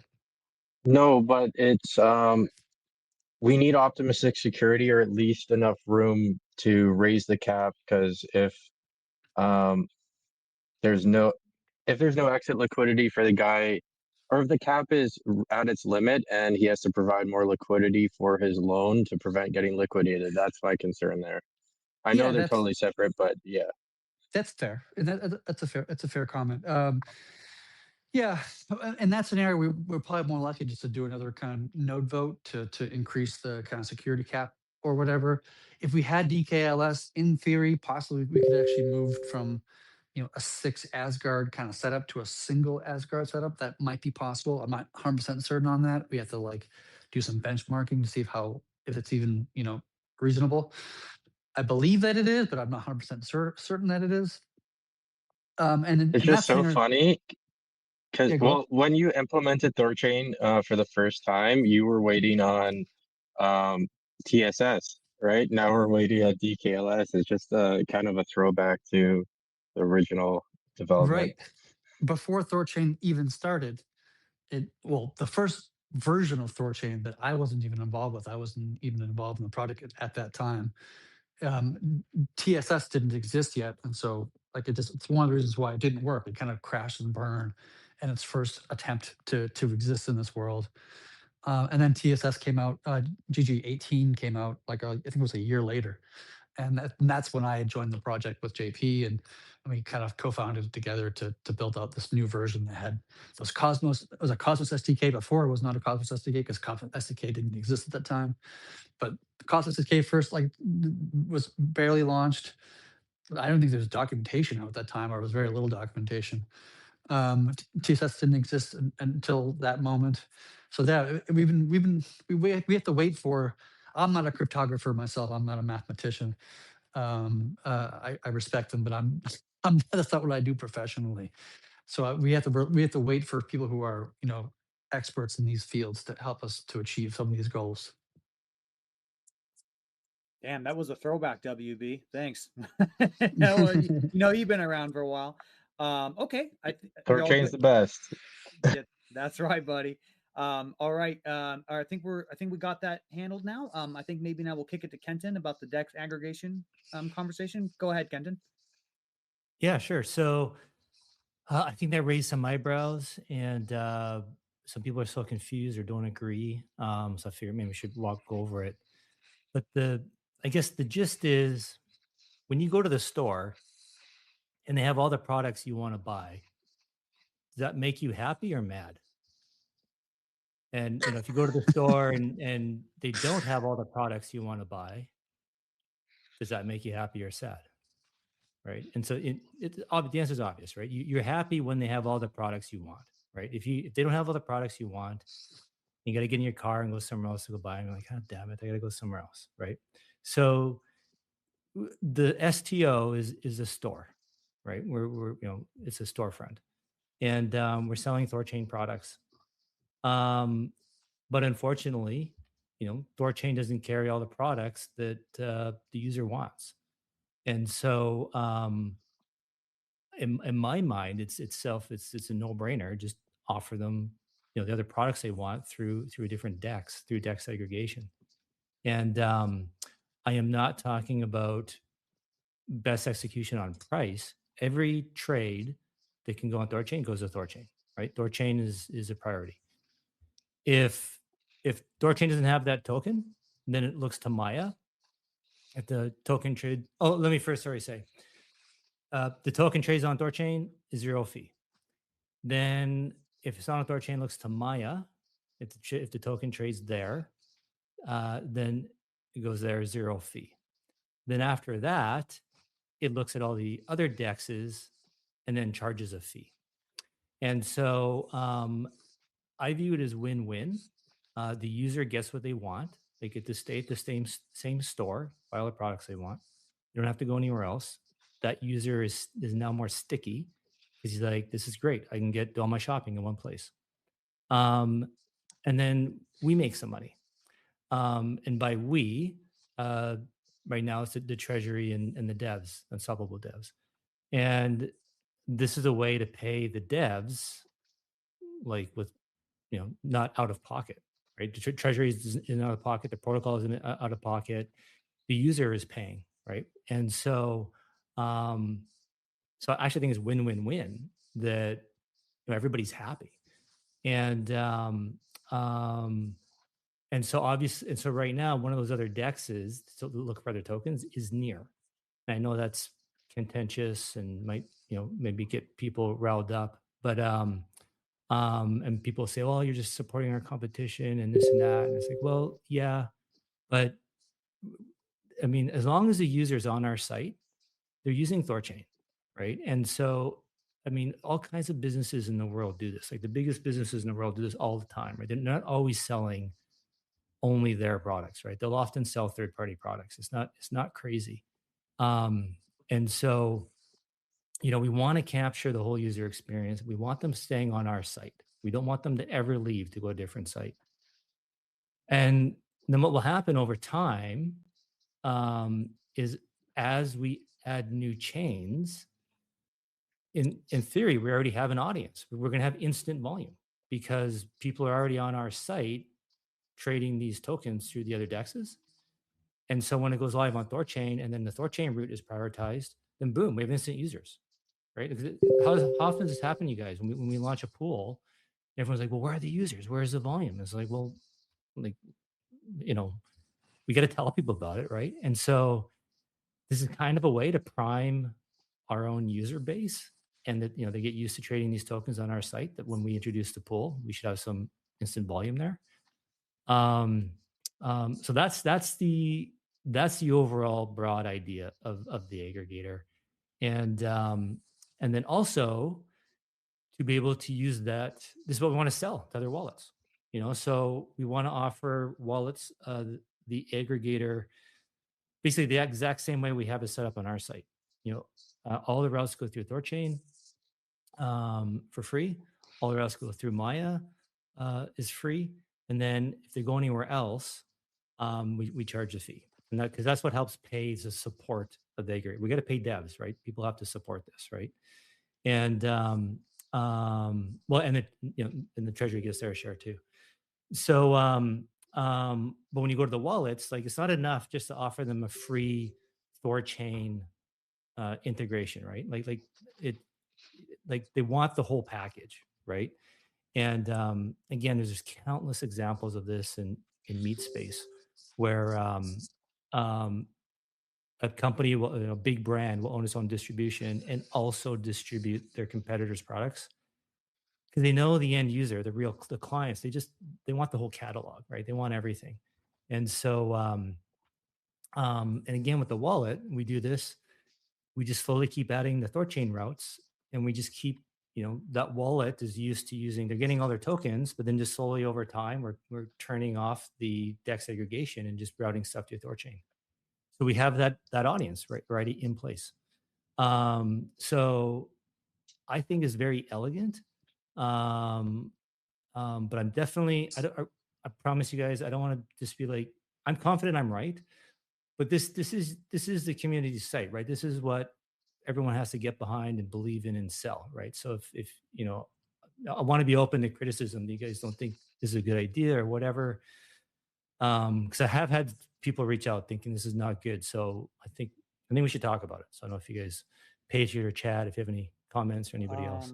Well, I'm in many groups, as I said, and overwhelmingly, again, I know I'm speaking from authority because I'm just telling you that I am, and I could be making it up, but I gotta just say it. I mean, overwhelmingly, people are supportive of the idea, because a really great argument used in a previous space as well, Kenton, is that if we support other routes, then that's analytics that you can capture that also maybe gives priority to Chad or other devs of what change would you add next, or maybe analytics of maybe intents really flies off, is really awesome, and you're going to get information, and then that information is actually worth something. So you said it's a win-win-win. I might disagree. I think it might be a win-win-win-win, right? There's 4 wins there, right?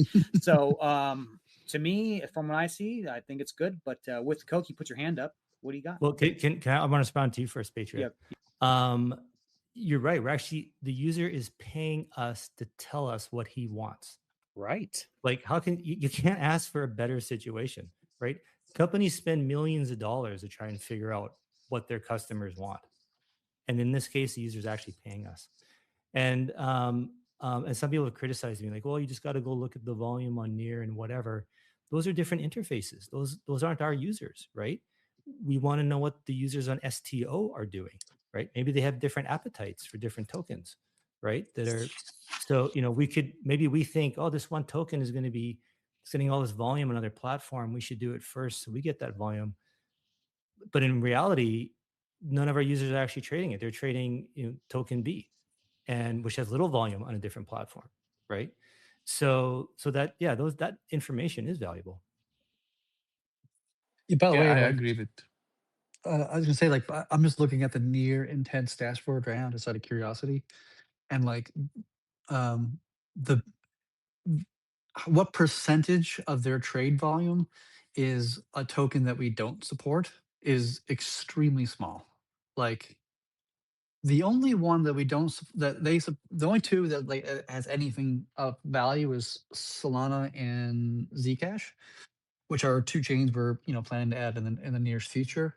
So once those 2 are added to THORChain, and obviously the STO swap would swap with us first before them, your only remaining is like 98% of the volume would be going to THORChain, and like a small 2%. It's very, very, very tiny, and it's going to be like, as time goes on and we add more chains and blah blah blah, like it's just going to have even less and less and less volume goes to Near. To be honest with you, so I was kind of against adding Near support personally initially, largely because I just didn't think it was worth the engineering time and complexity, and I've always kind of envisioned this kind of UI to be as super simple and dumb as possible, just so that it doesn't require a lot of like dev maintenance or long build times and like that kind of thing, and easy to test, easy to verify, easy. But in hindsight, after hearing the arguments that Kenton has made and whatnot, I kind of come over to his side, his view on this, to be honest. But I think, like, again, like probably like 4 to 6 months from now, it'll be kind of a moot discussion, just because so few volume would be passing through Near. It wouldn't really matter.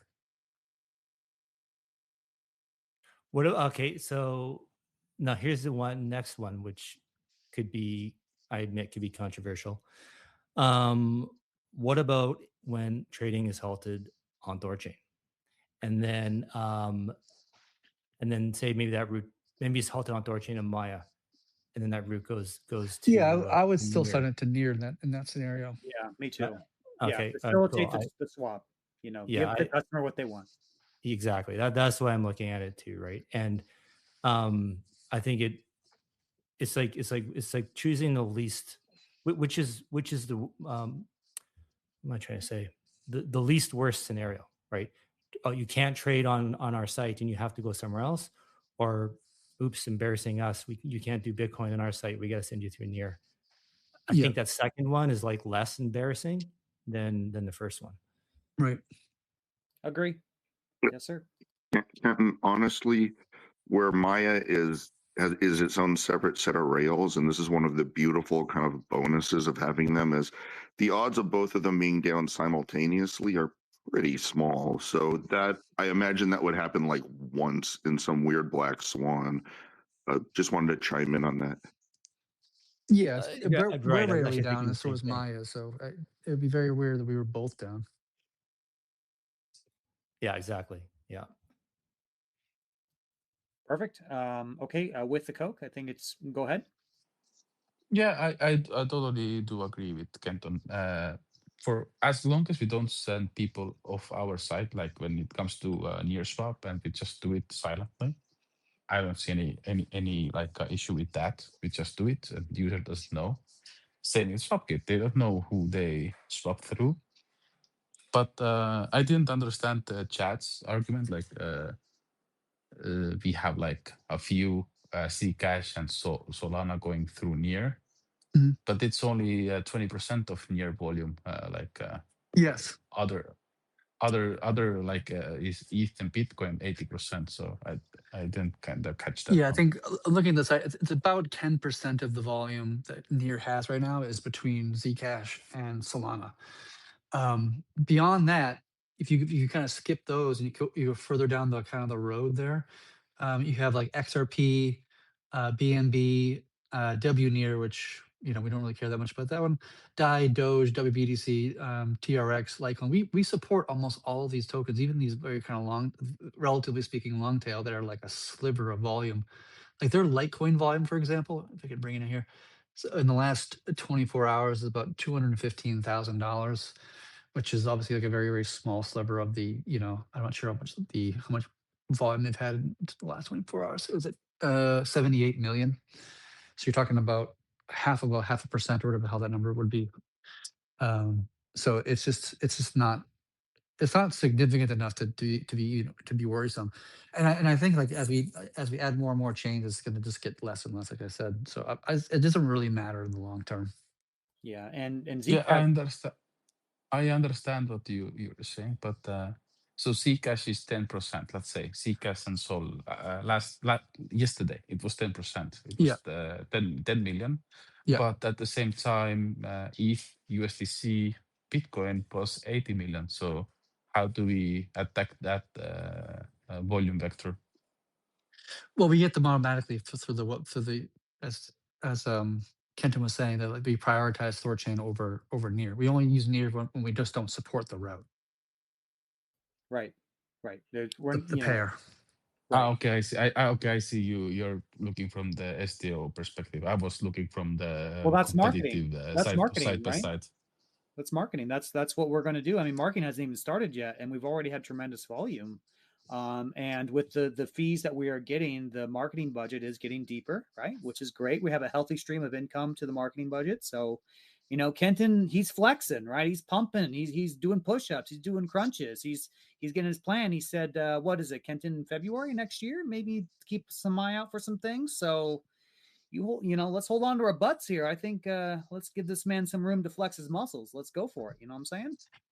By the way, I'm looking at a different dashboard right now about the swap volume. I'm looking at swap volume relative to like Thor names, like THORSwap, Tor Wallet, AsgardX, SwapKit, Trust Wallet, whatever, Rango. Right now, the THORChain swap UI has 79.1. This is just I'm looking at yesterday, December 3rd. Has 79.1% of the total volume of our affiliate volume. The second one is SwapKit with 8%, a little over 8%. So the UI that Kenton has made is already is doing basically 80% of the volume on the entire protocol is just from that UI, and that should be a really good indicator of like whenever you launch a new feature or product or whatever, and there's like really significant adoption and especially in a short period of time, that tells you that whatever analysis you were making was accurate and that you've done something that the community or the world has like Can, reacted positively to. 100%. can I be a little bit downer? I mean, if you want to boo me out, I will not address it. No, go ahead. But No, with no censorship. yeah. So at last 3 days, yes, we have been lucky. We have had a lot of big swaps coming through us from STO.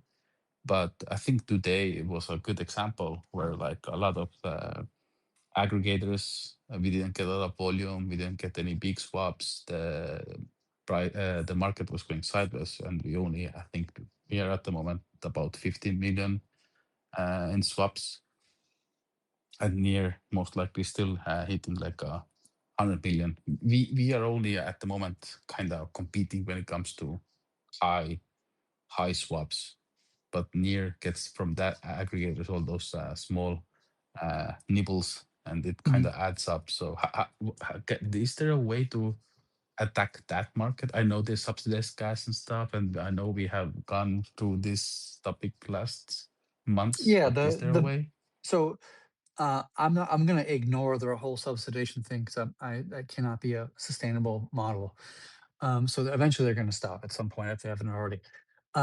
The other way we can, if we don't, we could become cheaper in price if we really wanted to. It's because of the mathematics that I literally had to create new mathematical equations for this. But because of these equations that I came up with a couple of years ago, in streaming swaps, we can arbitrarily charge whatever fee basis points we want. It can be 5 basis points, 1 basis point, 100 basis points, arguably. Like it's an arbitrary number.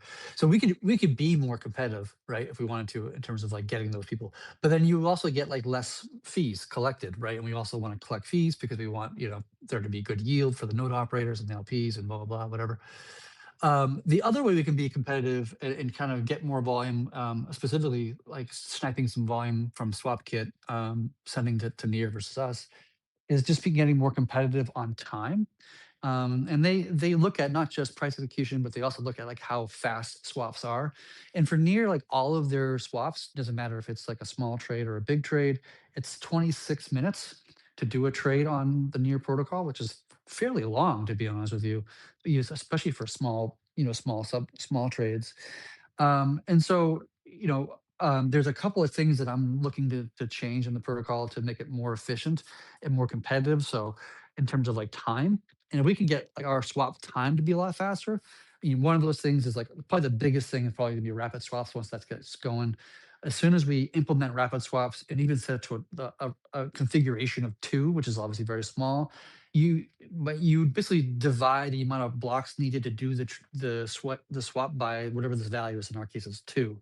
So you just have the time it takes to do the swap. You put it at 5, it's 1/5. You put it at 10, it's like 1/10, so forth and so on. There's also like the zero conf thing I've been thinking about, where you can send in some Bitcoin.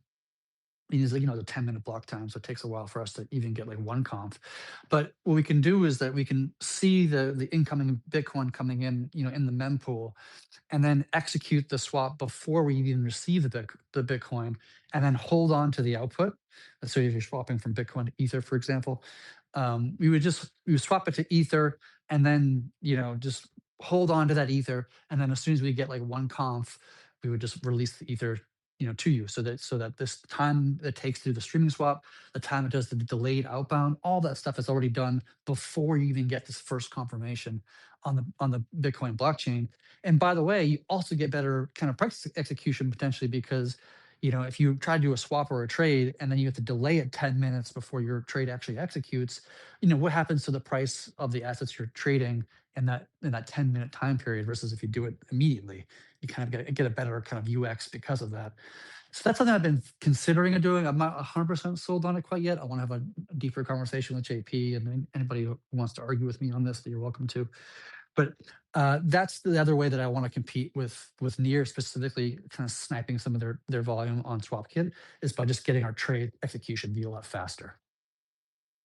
Yeah, that's something I've been thinking about as well. Why can't we like have those like mini swaps to upfront, like just you described, and as soon as somebody cheats us, we just delay the outbound and we go back to the what we used to. Mhm. And same with Monero, the talk that we had yesterday, not yesterday, last week. Like it runs through centralized exchange, and at the moment they haven't stopped any swap, right? But why can't we just do this in a way that as long as it's 10K, we guarantee that any swap that goes through, even if it gets stopped or seized, we will just imperse the user. And meanwhile, when it doesn't happen, and as I understand through control wallet in years, it hasn't happened. It's no like issue. Like, but as soon as it happens, we stop it. We stop the policy that we impers.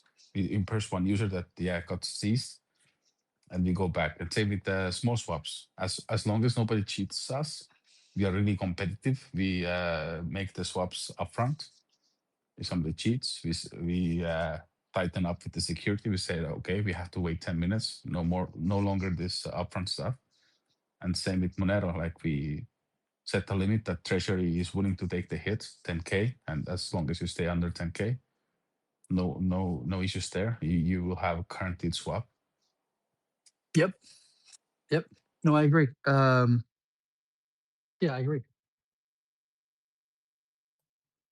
All right, there you go. Perfect. So yeah, Kenton, I think your one question about should we DEX aggregate in the event that THORChain is down on STO? I think absolutely. I think your same logic applies, right? You give the customer what they want. You don't want them to leave. That is the worst thing I think that could happen. Having a customer leave to go elsewhere because we cannot facilitate it one way or the other. So, yep, I think that's right. All right. Well, cool. Thanks. All right, then I'm on the right track. You guys agree. I agree. Okay, I want to throw another thing at you guys. What about adding a centralized exchange that supports Monero? And I know I've spoken really poorly about wallets that integrate Changely and Change Now because they freeze trades on some of their users and lock it up for like sometimes months and demand all this KYC. Apparently, there's some sexes that have never done that because they have really good wallet screening, so they prevent somehow. I don't know, prevent or they just refund the money, whatever. But we could add like a sex like Dex that supports Monero and have Monero on our site. And following the same logic before, we start building that audience that wants to trade Monero so that when we go flip it live, the Monero pool on THORChain, we've already got that user base. But it's still the sex. So I'm curious. This is one where I'm not gonna die on any hill here. I've been fighting enough battles, so this is one I'm going to leave up throughout to the community. See what everybody else thinks. If we can get consensus on. If you go centralized, I think you got to show the routes. Like right now, we're not showing any of the routes on STO or which protocols even providing the swap. But if we are using centralized, I think that the user should know. Correct. Absolutely. And I think we want to change that too with the current. Actually, let's stick with this subject and I'll change it later. But go ahead. Yeah. I was gonna say that like I wouldn't do this personally because as soon as you bring in, a sex like that, I think there's like questions about like censorability, but also like taxes. You know what I mean? Like if you're doing the trade on this sex as whatever entity that's doing this actual trade, then it becomes a question of like, does that entity owe the taxes of something or whatever? Do you know what I mean? Like, or am I being a bit? I'm not a tax CPA professional for sure, but I would be concerned about that angle. Oh, you mean for the user? Yeah, for the user or for you that you're the account that's actually doing the trading, right? Like if it's like Kenton's account on Coinbase, I'm just this is probably not the reality, but hypothetically, like you're doing all this trade volume on Coinbase, Kenton. It's because it's your account that's actually doing this trading, not not me who's sending you some funds through through this UI or whatever. And then it becomes a question about like KYC and like tax questions and like that might be kind of like, I don't know, a little bit too not worth the risks of just adding Monero. To be honest, I never even thought of anything like that. Like what? So this is so if I have Bitcoin and I want to trade it for Monero through, let's say we add this exchange on the THORChain STO, I might have to pay tax if I'm paying tax, I'm still recording all my transactions, all my buys and sells. Why does it matter where I actually bought my token from? Whether it's I don't tax. I'm not a CPA and I'm not obviously trying to give tax advice, whatever, but it would give me I would at least talk to a CPA first before doing something like this because I don't know who wears the tax in that scenario. Because it's like on one hand it's like their money, but on the other hand it's your account. Do you know what I mean? So I don't know how that works.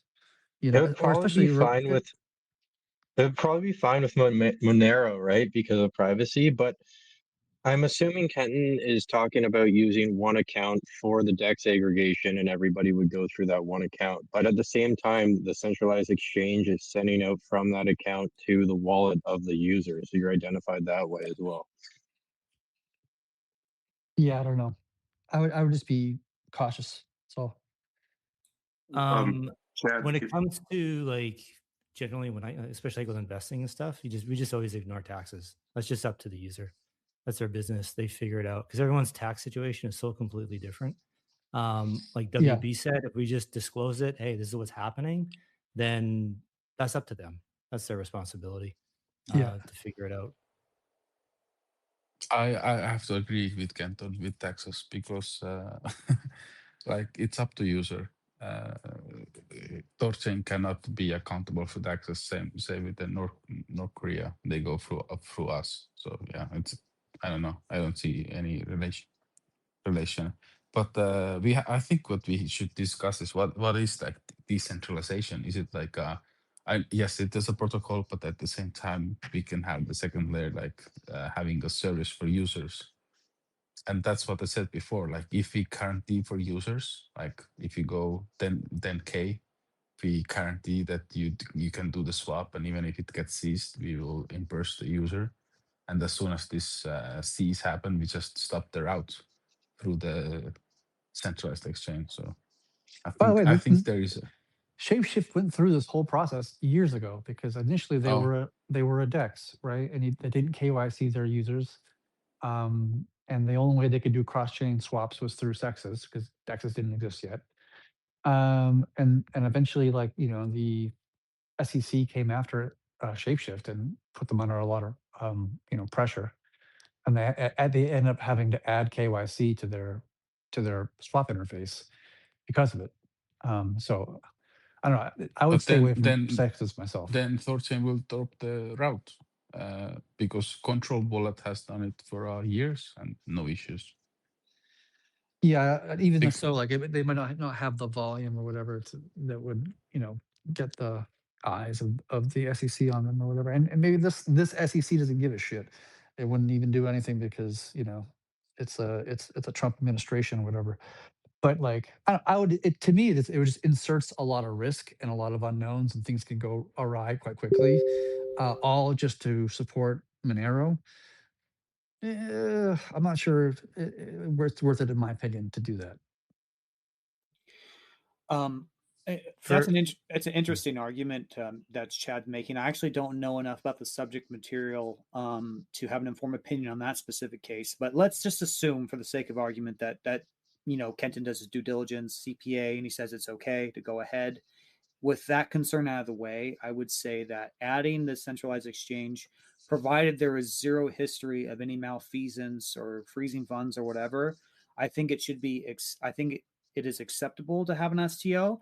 But WB mentioned, it's also my opinion as well, there should be the biggest, fattest disclaimer. It should be scary. Like you should tell people exactly what's going on, that if it's going to a centralized third party, it's beyond our control. It should be something that's extremely visible for the person who's making the swap. So there's zero ambiguity that what is happening here. Because I do like the idea that Kenton says that we want to build a Monero audience, because there's a lot of people in the audience I'm looking right now that are huge Monero people, and I'm curious their opinion actually. But that's what my gut tells me. But the tax side thing, that's an interesting thing. I'm going to sidestep that. I'm not sure.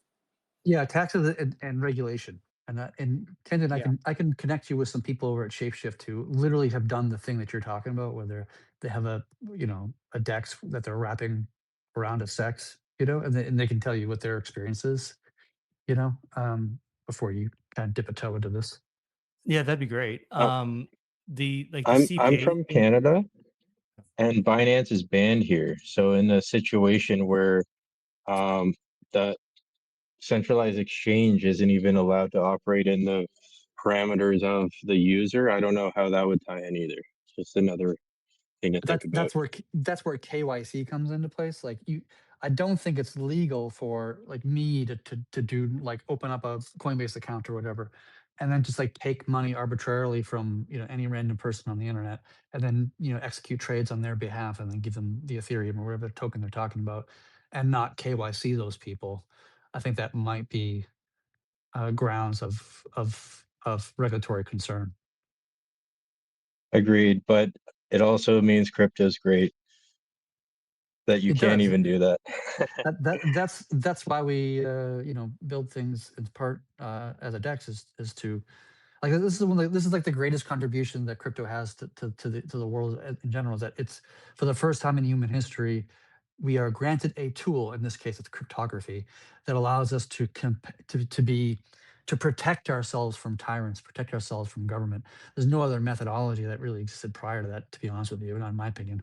And so our ability to have our sovereignty, our self-sovereignty, and a lack of ability for government to fuck with individuals in this kind of way, but using cryptography and privacy and all these things, is like an absolutely incredible tool to empower people and to grant inalienable human rights to humanity, not granted by a government, but granted by mathematics. It's an amazing concept.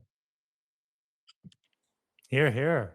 That's why. That's what we're all. This is what we're doing, guys. This is why we keep going, right? This is what. And this that, is the mission.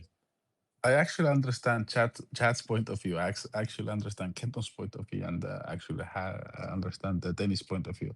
When it comes to Chad points of view, we did not a winning way, but we did serve the North Korea, and nobody came after us. So I don't know. Having some Monero swaps, not sure if somebody is coming after us. I understand, Kenton, that we should have a lot of routes on our SDO. And my idea is, of course, just let's set the limit that the treasury is willing to refund if something gets stuck. And when it comes to Denny's idea, I would say let's not display the big display, or do not swap here, because it's going to centralized route, because it gives like the opposite signal to the user. Let's just, if something bad happens, let's just pay for this user and not display the message. But if it goes above, like, let's say 10K, then of course we say like we don't reimburse this transaction. You're on your own, of course. But in that case, but if it's like a small transaction and we're willing to take the hit, as long as nothing happens, we should just serve the user. Yeah, I see everybody's arguments. Real quick, I just want to mention about Bybit. So when that happened, I don't know if people are aware, but there was a lot of work being done in the background to actually help people track those funds. I know Familiar Cow hacked something together, a tracker. I personally was in a Telegram with Sam Yap and others with Zach XBT, and we were identifying people in Telegram. And so the THORChain community really went out of their way to help fight against this. It wasn't, we just let it happen and, we didn't do anything about it. We saw, ultimately our ethos is permissionless, but we did everything we possibly reasonably could do to help authorities while not surrendering the most precious ethos we have at all, which is permissionlessness. So just want to say that for the record. There was a lot of work done behind the scenes. Yes. I understand it was proactive work, but at the same time, how the THORChain is set up, we always have inbound, outbound. In a sense, we didn't have to do it, but of course, as a protocol, and we have stance that we don't condemn the illicit funds go through us. Yes, understand that we always want to help everybody. So in a sense, we didn't like unsolve the problems that happened. We just help people. That's a very interesting point you made there. What is the problem? Because we didn't help anything. We just signaled, we virtue signaled that, hey, we're helpful, kind of. Well, here's the thing that I think there's a deeper part of that conversation is you mentioned the word problem. What is the problem, right? The problem is centralized custodians losing funds of other people, right? Which is something that this community has fixed with like JP's Voltisig, where we've actually made a whole new standard of security. And that's the argument I always push forward is THORChain is not here to help criminals. We're actually here to solve these problems, to make the whole industry better in every way imaginable. And so yeah, if people just get on board what we're doing, they take that they dip a toe, as Kenton said, then they understand that what we're building here actually is just the biggest, most powerful, emancipating tool in the existence of crypto. That yeah, I'm biased, of course, but point to the protocol that's doing more things than this, shared ecosystem. I don't think they exist. 100% understand, and I contend this as well.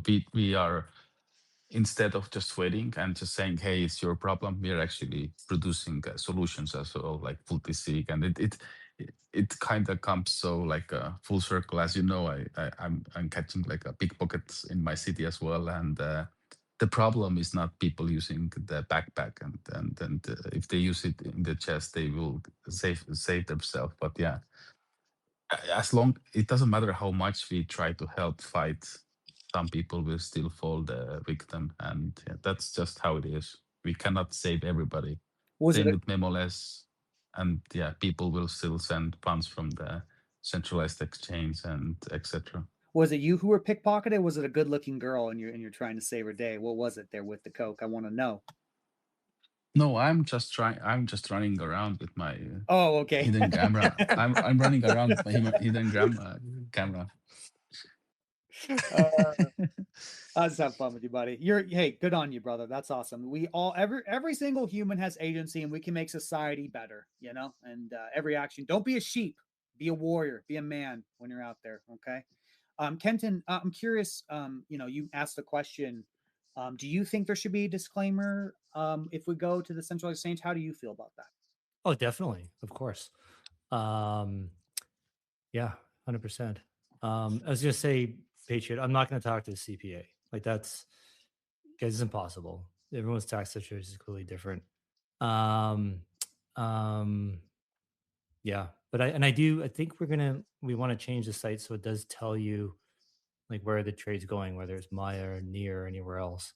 And so if everybody was on board with the centralized exchange, we would definitely say that, and we would definitely have a warning that this is happening.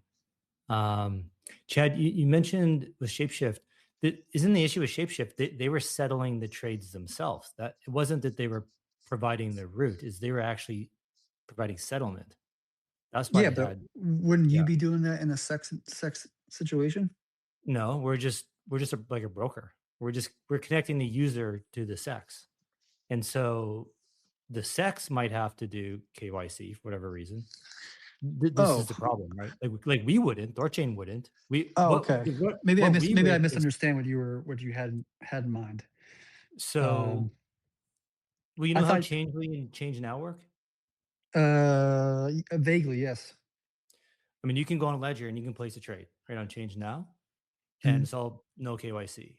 But then every few months, somebody's trade gets frozen, and Change Now actually asks for KYC, and because it comes from a weird address or whatever, and they freeze the trade because Change Now is technically centralized. Mhm. And so the reason they don't ask for KYC on anything on any other routes is 'cause they do their own wallet screening or whatever to ensure it's all legit. But if they get a trade from like a suspect address, then they're forced to freeze it and look into it. Mhm. Um, but this is on Ledger, right? I think Trust Wallet even uses them. Okay. All right. But apparently there's other players like that that have never frozen a trade ever in their history. And this one called Let's Exchange is one of them, and they offer Monero. And I don't know, they're probably out of Seychelles or Bolivia. I don't, who knows where they're based, right? Somewhere where they don't need to do KYC. And so the risk for THORChain is that somebody does a trade and that sex freezes their funds, and then the user's like, THORChain, what the heck? We thought this was decentralized, permissionless, no KYC, and now my money is stuck and I have to provide KYC.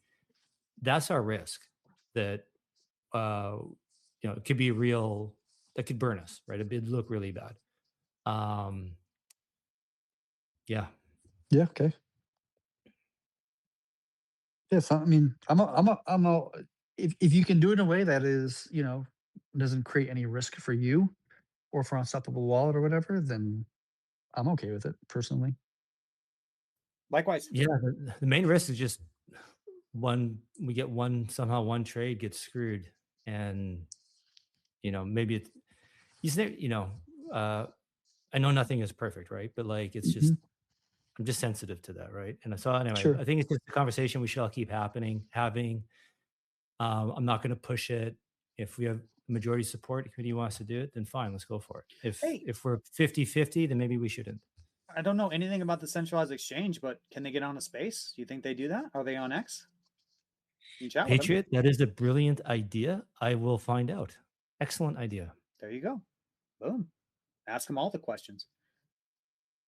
Well, gosh dang it, you guys! I have exceeded my questions, so thank you everyone for giving me questions and DMs. You guys already took care of them. WBS, you unmuted yourself. Do you have something else?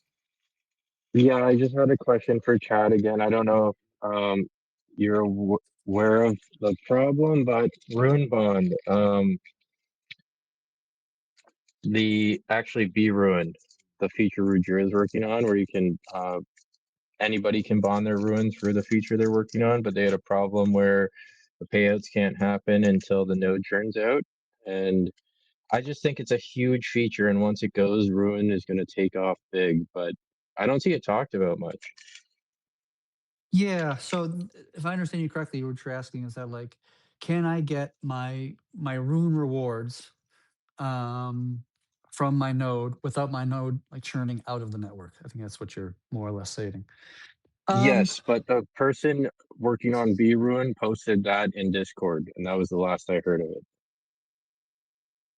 Yeah, I mean, it's theoretically possible. It's nothing that Ruji can do, I don't think. I think it has to be done on the base layer probably, although I haven't obviously spent that much time thinking about it.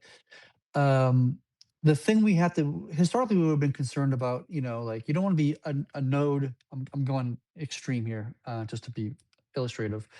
You don't want to be a node that's churned to the network and then unbond all your rune, and then your node's still in the network as an active node, but it has no rune associated with it. Like that's obviously a ridiculous situation you would be in, because otherwise there's no security anymore. Like you could just remove all the security of the protocol and there's nothing securing anything. That would not be a good thing for obvious reasons. But that said, I would be open to the idea that like the principle would have to stay in the protocol until you churn out, but the interest could be churned out. Like we'd have to make some kind of code changes to track, how much is principal and how much is, interest, right, or yield. And then you could say like, oh, I want to unbond my yield, right, and then it could allow that. As long as it's not like too much, or maybe we had to limit, like you can only unbond, like I'm just spitballing here, but you can only unbond, 1% per day, just so that people don't like, you don't have too much extracted all at once, and all of a sudden the security kind of like gets lopsided or something like this. I just spent some time thinking about it, but I'm open to that. I don't think it would be a bad idea necessarily. I don't know if that's like if it would create the avalanche that you kind of insinuated with your B rune kind of reference. Maybe it would. I don't know, but I'm open to exploring the idea. I'm Chad, optimistic, but sorry, go sorry, Kenton. you got WB. Sorry, buddy. Well, just like I know Ruin Bond's out there, in my opinion, like I'm waiting to bond my Ruin. I haven't gone through Ruin Bond yet. I could have. It just seems like too many steps to be easy enough for a mass audience to use. And if B Ruin was a thing and anybody at any point could bond their Ruin, I think it would take off. But I am pretty optimistic on it. Since you mentioned Yeah, Rune, I think that would be problematic. I think in some ways, because the problem that I would have with that is that like if anybody could bond their rune at any time like that, just arbitrarily, whatever amounts, whatever, then the yield that the bond makes, like nodes, you know, in theory wouldn't like that, because it just means that they would get a lot less yield, right? Because you're providing a lot more room to the protocol, which is adding more security in a sense, but it's being divvied up between more hands or more wallets, whatever, and then you just get kind of like a reduction in yield generation. So there's a little bit of a push and a pull to that scenario. Not to say that that's not a good idea or we shouldn't do it necessarily, but just there's the other side of the coin of if I was a node operator right now, I might be hesitant to accept that feature because I want my rune to give me as much highest rewards as possible. To speak selfishly for a moment, rather than just having like it be diluted by a fuck ton. That's Agreed. my yeah. Go ahead, WB. But that it's removing a lot of buy pressure that would be caused by the people who would want to add more stake, even though it's reducing the yield of the people who are already staked. I get it, but I think that the price will go up higher than the yield and it will offset the drop in yield. I don't know about that because it's like I think a lot of people like for you, for you as an example, like you're not. I don't know. I don't know what you're doing, but like I'm gonna make an assumption here. Like you're not selling your rune right now, right? You haven't sold your rune in the last whatever weeks or months, whatever. You're just kind of having it sit in cold storage probably, and you're just waiting for the opportunity to bond it via like B rune or whatever. And so like it doesn't really create any sell pressure necessarily. It just sits in cold storage. So how much of the rune we would get, what percentage of that rune we would get is like this cold storage just now becoming part of the bond versus would have sold but is not selling because now that's in the network as a yield, blah blah blah. And I don't know like if getting a yield or not getting a yield, like how significant that would really kind of stop people from selling. Do you know what I mean? Fair, totally fair. Yeah, I don't plan on selling it even if the feature doesn't come. So fair point. Well, that's true. Maybe you're like this is obviously a reductive argument because we're just talking about you and your personal opinion and your personal experience. But thinking more on the kind of macro scale within the community, like how many rune do we see sold per day because they just got a little bit bearish on the asset, or they needed to sell it because they needed to buy dentures for their grandmother or whatever the fuck it is, and they wouldn't have sold if they were getting a 8% yield on that rune or whatever's typical for the protocol. I don't know. It's an interesting question. I don't know the answer to. If we do implement B-Ruin, we're pretty much going proof of stake at that point. Because like if we go no economic security, anybody can bond their ruin, it's pretty much stake at that point. Right, and that becomes a problem because, well, not less so in our case. Usually, proof of stake is a problem because you're minting tokens to pay out the rewards, and if you have a proof of stake network and 100% of your token is staked in the network, and everybody's earning a 5% interest, right, because of this, the minting of new tokens. In reality, nobody's making any interest, right? So it's like the more of a higher percentage of people that are bonded or like staking in a proof of stake network, the less reward you're actually getting. You're getting numbers like, oh, you're getting a 5% increase. The reality is, no, you're getting the same amount you had before. You're getting a 5% increase, but you're also getting diluted at the same time. So your dilution and your increase are equal to each other if 100% of the token is staked into the protocol. If 98% is staked into this proof of stake network, then you have like a 5% increase, but a dilution of 4.8% or something like this. I'm not giving accurate numbers, but just to kind of paint the picture, like you believe you're getting a 5% interest rate, but the reality is you're getting 0.2, and you just haven't figured out the math that you're not getting what you think you're getting. Do you know what I mean? Inflation's a bitch. Inflation's a bitch in a sense. Like obviously in our case, it's a little bit different because we don't really have inflation anymore, right? So in this hypothetical scenario where 100% of the rune was bonded into the network, you would actually get a real interest, whatever, let's call it, 2%. Because if it's everybody's bonded to a year, you have to divvy up the, whatever $1 million per month or quarter you're getting, and then divide that by the number of hands or so to speak, that are each getting it, or number of tokens, and it just becomes such a very small number because the fees that we're generating as a protocol is not big enough to like give the entire THORChain community, everybody, to get like 10% yield like that.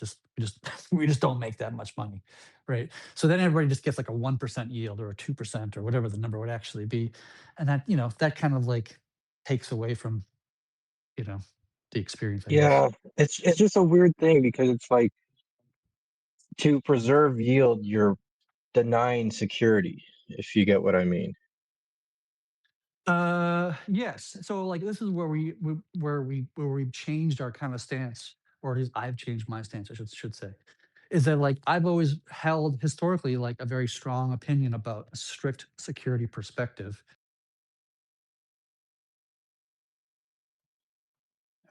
Did Chad, we Rug? lost you. Maybe he has a No, phone call. Chad, another phone call. Sorry, I got another phone Go ahead, call. Chad. We hear you. Apologies for that. In the past, we wanted more security because then we could have deeper pools, right? And then we can have more volume because we have deeper pools. Like there's like a conga line that happens when you have more security, where you have more security, you have more space for more deeper pools. The deeper the pools, the more volume, the more volume, the more fees, the more fees. Like it all kind of works that way. But in our kind of newer kind of stances, we have a less of a strict opinion on security. Having more security now, like how much does it really benefit the protocol to have 2 million more rune in security? Are we going to see more deeper pools? Probably not. Are we going to see a lot more volume? Probably not. So like, what is the actual value to getting even 30 million more rune to the protocol? Like, how does that benefit, the protocol in terms of its main KPIs? I'm not sure it does, other than the scenario where you have, the loan system of Ruji blow up and getting tons of interest and tons of volume. And that's when it starts to matter in that particular instance. But until then, I'm not sure how much value it provides. Okay. So I'm trying to formulate my thoughts here. So the way I figure it is like, because Chad's totally right. Like we've changed our posture on the security posture of THORChain. So the way I figure it is like the decentralized nature of THORChain is the best defense, and just how uncensorable. So when Ruggiero really takes off, let's say STO is just absolutely crushing it. We've got billions in swap volume. There's so much money being slung around. Everyone is just so happy and euphoric. We're going to try, you guys. I'm literally looking forward to that day.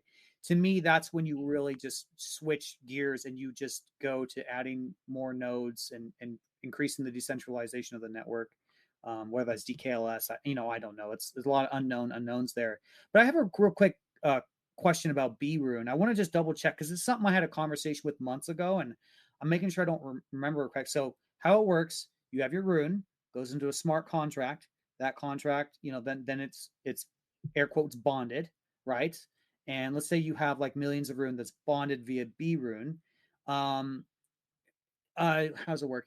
Every churn, like there's a percentage that can be withdrawn, but you can't just have a mass exodus of B-Rune from everybody, right? Is that my understanding correct? Yeah, but you I don't still know. had to wait until the node turned out to get Right. Yeah. anything. Okay. I heard you say something and I wasn't sure if I heard it correct. So yeah, it's still contingent. There's still friction. It's easier to enter from a UI perspective. And Runebond's going to be adding B-Rune, like that's the dev's intention immediately. But there's still that friction to leave. And to me, okay, yes, that's all. That's all I wanted to clarify. Can I add my 2 cents on B-Rune? Yeah. Yeah, I'm not a fan because, especially with the security cap being relaxed, it's more important than ever for the bond provider to have a relationship with the node operator, and B-Rune just divorces that relationship even further. So, if we remove the hard cap altogether, the only thing really keeping this together is node operators, being good, doing good to their bond providers. And the only way you're going to do good to someone is if you know them, right? If you don't know them, you don't care about them, right? And then directly for the node operator, the higher his yield, the better, right? He making more money, less chance he wants to do anything malicious. So Ken, that's kind of the point of DKLS though, to increase security so nobody has the chance to steal anything. So we don't need economic security anymore, right? And I kind of view it that the node operator needing to have a relationship with the bond provider as a problem, not a good thing. Is like why do they need to have a relationship? I should just be able to provide my liquidity. It's both sides of the relationship are helping each other out. the bond provider is now getting yield on their ruin, and so is the node operator. They're getting a cut of whatever the fee they're getting from the provider bonders. And that's just my 2 cents. There's no right answer here. But yeah, it's a good place to talk about it. If there's no relationship, then why have a bond for the node at all? Just have node operators, no bond.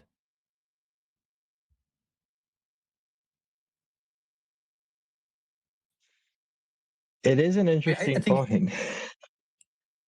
I think even if you go to DKLS, you still need security in that sense. The only thing that DKLS really changes is that you're going from a 6 Asgards with 20 members in each to a single Asgard with 100 and whatever the current number of nodes are, 110 or whatever the number is. And so the idea of capturing that one Asgard vault with 110 things, it's a lot more required. You would need like 70 some odd, 72 nodes to capture that, which would be obviously extremely difficult to do, even with a B rune thing.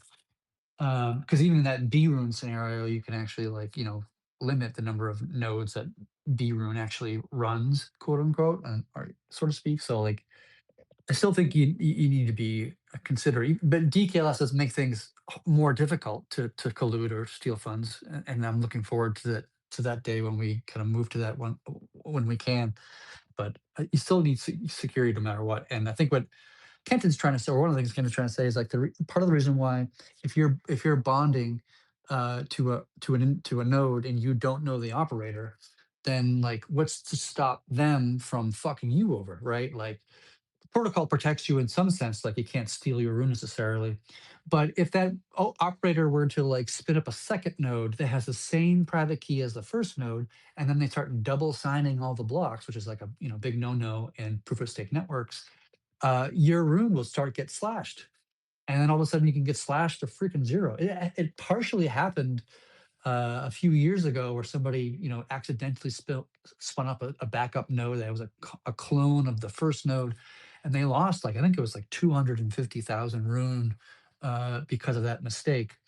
And so like you would want the ability to yell at Kenton for losing all your rune in that hypothetical scenario, but the number, like the ways that an operator can lose your rune is so small and really difficult to happen. It's extremely small to occur.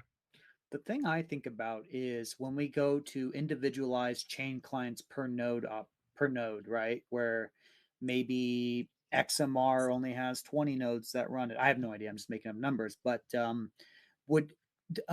your calculus, Chad, does that change the game theory when it comes to the decentralized nature of the network? Yeah. Not a lot. I mean, the way that I was thinking about, and I'm working on that feature when I have the time to do so. But when we have a scenario where we have opt-in chain security, where you can have, Monero, right? Monero is a kind of a hotly contested chain, for example. Maybe not everybody would want to run a Monero daemon and whatnot. The security of those chains are a little more aggressive, a bit more strict, right? And for a good reason, right? So we will probably say like, if you have 5 nodes that are validating, Monero, for example, then the maximum amount of depth to the pools, the Monero pools, can be 500,000 rune, which is like basically like a tenth of what those nodes actually have. So that in that scenario, you go back to what's closer to a more stricter mentality about security, just because you only have 5 nodes that are validating this particular chain, and hypothetically. But once you get to like the entire protocol, like all the nodes combined together, then it becomes a little bit like you can be a bit more relaxed, because the amount of effort and time and money that it would take to capture the entire protocol is just like pretty goddamn arduous, if you ask me.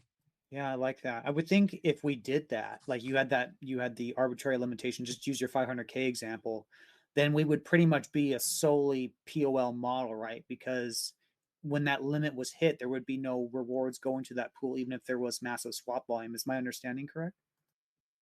There would still be rewards going to the pool. Could that push it over the 500,000 cap? Yeah, I suppose so. But you're not going to go from 500,000 Yeah, to right. 5 million. That's just unlikely. Um, and not to mention that, like, as the rune price performs well in a hypothetical scenario, the 500,000 rune would actually go down. Like the quantity of Monero would increase in the pool, the quantity of rune would go down in the pool. And obviously, conversely, it can go the other way around. If rune price absolutely dives, the quantity of rune in the pool would go up from 500,000 to a million or whatever. And then Monero quantity would go down, Right. either or. Right. And in the example where, let's just say there was stupid volume in the Monero pool and there's only 5 nodes, Kenton, if he wasn't a node, he'd be like, oh my God, I'm wanting in on that action. So yeah, I think the game theory covers it from all aspects. So yeah. Right. If you have a shallow pool, like we did Monero. Monero's a good example because we're like we would be the only Monero supporters in the industry, right? Which I think would be pretty amazing, right? And we probably would get a decent amount of volume from that. And if we are getting a decent amount of volume, those 5 nodes supporting that volume are getting massive rewards, right? They're getting like 80% rewards. I don't know, I'm making up random numbers, but they're getting massive rewards for supporting a chain that no other like DEX supports in the world. And then all of a sudden, I think if Kenton was an operator, Kenton would say, well, I want to get a piece of that action. I'll be the 6th node, I'll be the 7th node, I'll be the 8th node, I'll be the 9th node. And so that the natural thing to occur, I think, is just that as chains are in demand in terms of volume, that will just garner more or less security for those chains. I like it. Yeah. Gosh dang, guys, it's been a great conversation. Kenton, did you have anything else you wanted to add to that or whatever? No, that's good. It has been a great one. I have to get going here anyway, so I'm good to wrap it up if you guys Yeah. are. Yeah, Chad, do you have Yeah. anything else you want to, or are we all good to go? I think we're good to go, bud. All right. Hey, man, thank you guys so much for coming up, asking questions. And thank you, Chad, for your time away. 2.5 hours, very generous. And great job, Kenton, on your introduction regarding, the marketing stuff and your article. And again, it's up at the top, guys. I know it's not going to be for the recording, but it's up there if you want to click on it. Please do read it. He worked very hard on it. This Saturday, guys, we're going to have Thorwald. I see Crypto XZ in the audience. What's up, buddy? We're going to be talking to you. I love the Thorwald team. Excellent, Chads. Really looking forward to having with them. And then next week, we have a couple ideas of what it might be. We'll make an announcement later. I'm not 100% sure. But yeah, guys, so we'll be in touch. But otherwise, guys, thank you guys so much for listening. This has been an awesome episode. It's been fantastic. We'll see you guys Saturday with Thorwald. Have a great day, everybody. Bye now. All right, guys. Later.